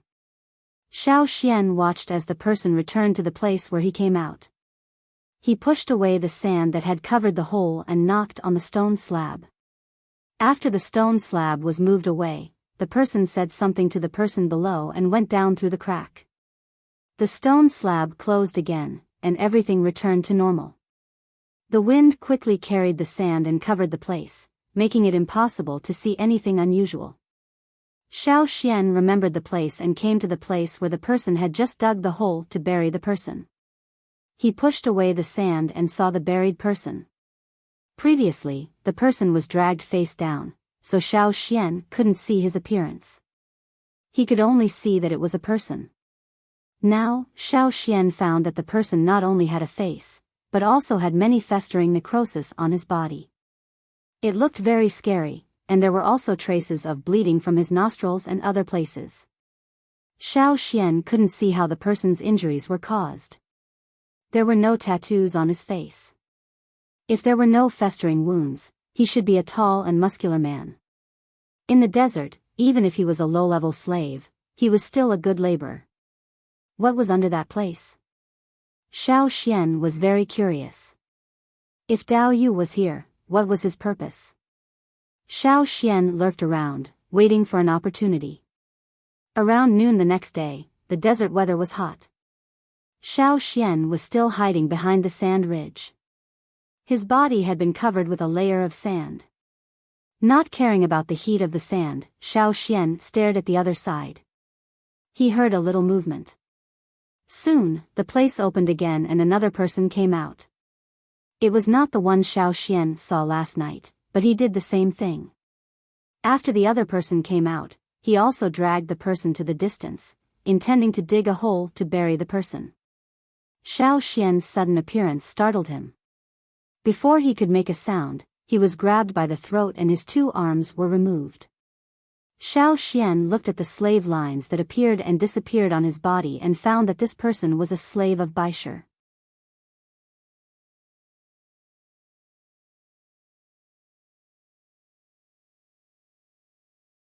Chapter 337. Looking at the other person's frightened eyes, Xiao Xian whispered, "I'll ask you a few questions. Answer obediently." The other person nodded again and again. Xiao Xian loosened his grip on the other person's throat. Seeing the other person breathe a sigh of relief, he asked, "What is Dao Yu doing down there?" The other person suddenly looked up. Obviously, he did not expect Xiao Xian to directly mention Dao Yu's name. The fear in his eyes deepened. He was obviously very afraid of the name Dao Yu. Xiao Xian once again grabbed the other person's throat, as if to directly break it. The man nodded and shook his head, as if he had something to say, but could not make a sound. When Xiao Xian released him again, he coughed non-stop. "Speak. Here, die." The man's frightened eyes suddenly dissipated, leaving only a murderous look. He took a step back, twisted his body, and swept his leg like a whirlwind toward Xiao Xian. At the front of his leg, his toe was clamped with a sharpened bone. If it was cut, he did not know how much blood he would lose. However, Xiao Xian had long been prepared. He did not move forward, only his hand moved. A wooden thorn pierced the other person's neck. This was something Xiao Xian found in the desert. It was a kind of tree with hard thorns all over. The thorns also had a certain hardness. Xiao Xian also smeared poison on the thorns. The person who was stabbed would be like a deep drunk and then fall asleep. After the man fell, Xiao Xian added a knife and buried him. Then he came to the place where the man had just come out. Following the man's practice last night, he brushed aside the sand and buckled the slate there. The slate opened a gap, and the person inside looked outside, but did not see anyone. He doubtfully opened the slate a little more and stretched his head to look outside. As soon as he exposed his head, he felt a sudden pain in his neck and his vision quickly blurred. After the man fell, Xiao Xian waited for a while. When he didn't hear any movement from below, he went down through the open crack and helped the unconscious man to sit down. He made a pose for him to look as if he had fallen asleep. Xiao Xian pulled the stone slab close and looked at the lock behind it. He also saw a polished stone stick next to it. Xiao Xian picked up the stone stick and stuck it there. This way, he could prevent people from outside from pulling the stone slab and coming in. After the stone slab was pulled up, the passage below was completely dark. There was a torch nearby, but Xiao Xian didn't need it. The passageway was nearly 2 meters high and less than 1 meter wide. Xiao Xian listened to the movements in the passageway and walked forward. The dark environment was not much of a problem for him. He just needed to change his field of vision. They walked until they reached a fork in the road, where there were 3 branching paths. Xiao Xian intuitively chose one. The deeper he went, the brighter the shell wrapped in totemic flames in Xiao Xian's mind. But at the same time, Xiao Xian also had a very uncomfortable feeling. Every nerve in his body was screaming for danger. This danger did not come from people, but from other reasons. The deeper he went, the wider the passageway became. There was wind flowing in the passageway, which proved that there should be other exits. This place didn't look like it had just been built. It looked like it had been built for a long time.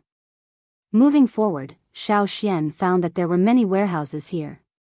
There were people guarding the warehouses with a torch. 3 people were sitting on the ground next to the torch. However, looking at their slightly lowered chin, they were all dozing off. Xiao Xian sneaked into one of the warehouses. The 3 people guarding outside did not notice. The warehouse had no door to block it. There were many stones of different sizes inside, and the quality of the stones was not bad. They were at least mid-upper grade. Xiao Xian's first thought was that this was the place where Baisha City stored stones to make stoneware. But thinking about it, it didn't make sense. There was no need to hide the stones so far away. They hid it so well, as if they had other plans. At this moment, Xiao Xian heard a noise outside. He hid behind a few stones, and then observed the situation outside through the gaps of the stones. A group of people came in from outside, holding torches to illuminate the inside. "Hurry, hurry, hurry, move a few more," someone said. "Move more? There are already a lot of stones there. Swordmaster told us to move, so let's move quickly. He's watching over there." The sound of stones being moved came from one of the warehouses outside. Someone said in a low voice, "I heard that a few more died. Their bodies are all rotten." Hiss. "Do you think we'll become like them? But as long as we survive these few days, we'll be able to improve. This is what Swordmaster promised. He will tell young master." Those people moved the stones and gradually left. It was dark outside again. The 3 guards outside talked for a while. One of them went to urinate and left temporarily. This was the place where the stones were placed, so they didn't dare to scatter them here. Of the remaining 2 guards, one yawned and continued to sleep. His spirit was particularly bad recently, while the other looked at his companion who was sitting on the ground and dozing off. The skin on his face began to fester, and his heart became more and more afraid. He knew in his heart that his companion would not last long. Just when he was upset, he suddenly heard the sound of stones falling. Startled, he went over to look but didn't see anything. He returned to his original place and continued to think. Xiao Xian had come out of the warehouse and quickly left. The sound of the stones falling to the ground was made by him. Xiao Xian remembered the direction of the people who moved the stones and went directly there. The sense of danger was getting stronger and stronger, which may be related to the cause of those people. What was hidden here? Was the Swordmaster, in those people's words, Dao Yu? Just as Xiao Xian continued to sneak in, Dao Yu looked at the small thing not far away, his eyes fanatical. Around Dao Yu, there were many large and small stones piled up. The stones were at least medium. This place was originally built by the Baisha city's former Baisha king to hide gems and also as a cemetery after his death. In order to build such a palace-like cemetery, hundreds of slaves died. The remaining slaves were all killed after the underground palace was built. Therefore, very few people knew about this place. Only the Baisha king who took over could know about it.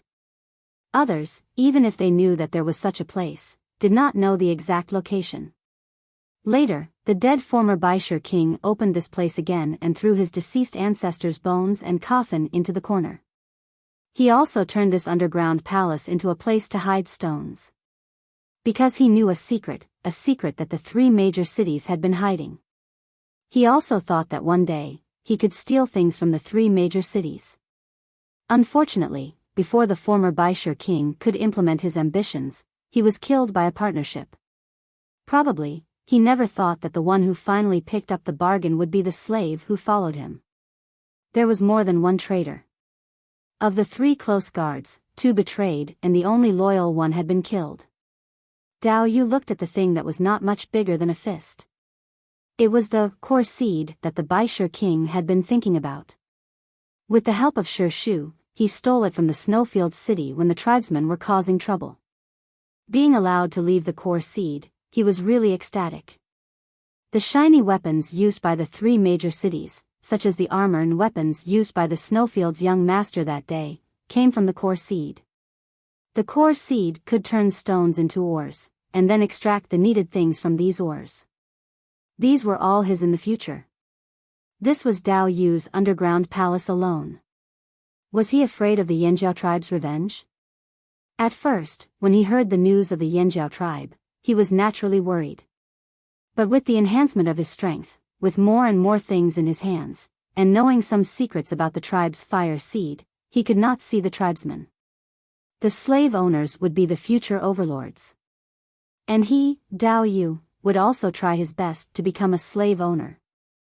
Thinking that Xiao Xian had such an ability, Dao Yu's mood suddenly became hazy, but soon became happy again. With Baisher City and the core seed, he did not have to be afraid. If he really could not solve the difficulties, he could still go to Shirshu. There was a cleansing in the desert. After this cleansing was over, there may be no 3 major cities. As for how many other cities could exist, Dao Yu did not know. However, Luoya City may continue to exist, and the Baisher City that Dao Yu took over. No, it could not be called Baisher City in the future. It had to be changed. Dao Yu, who was fantasizing about a better future, did not know that the most unpleasant person was coming to his side. You're tuning in to the Biyao's Wuxia Chronicles YouTube channel. Don't forget to subscribe and join us on this journey to catch the most captivating stories.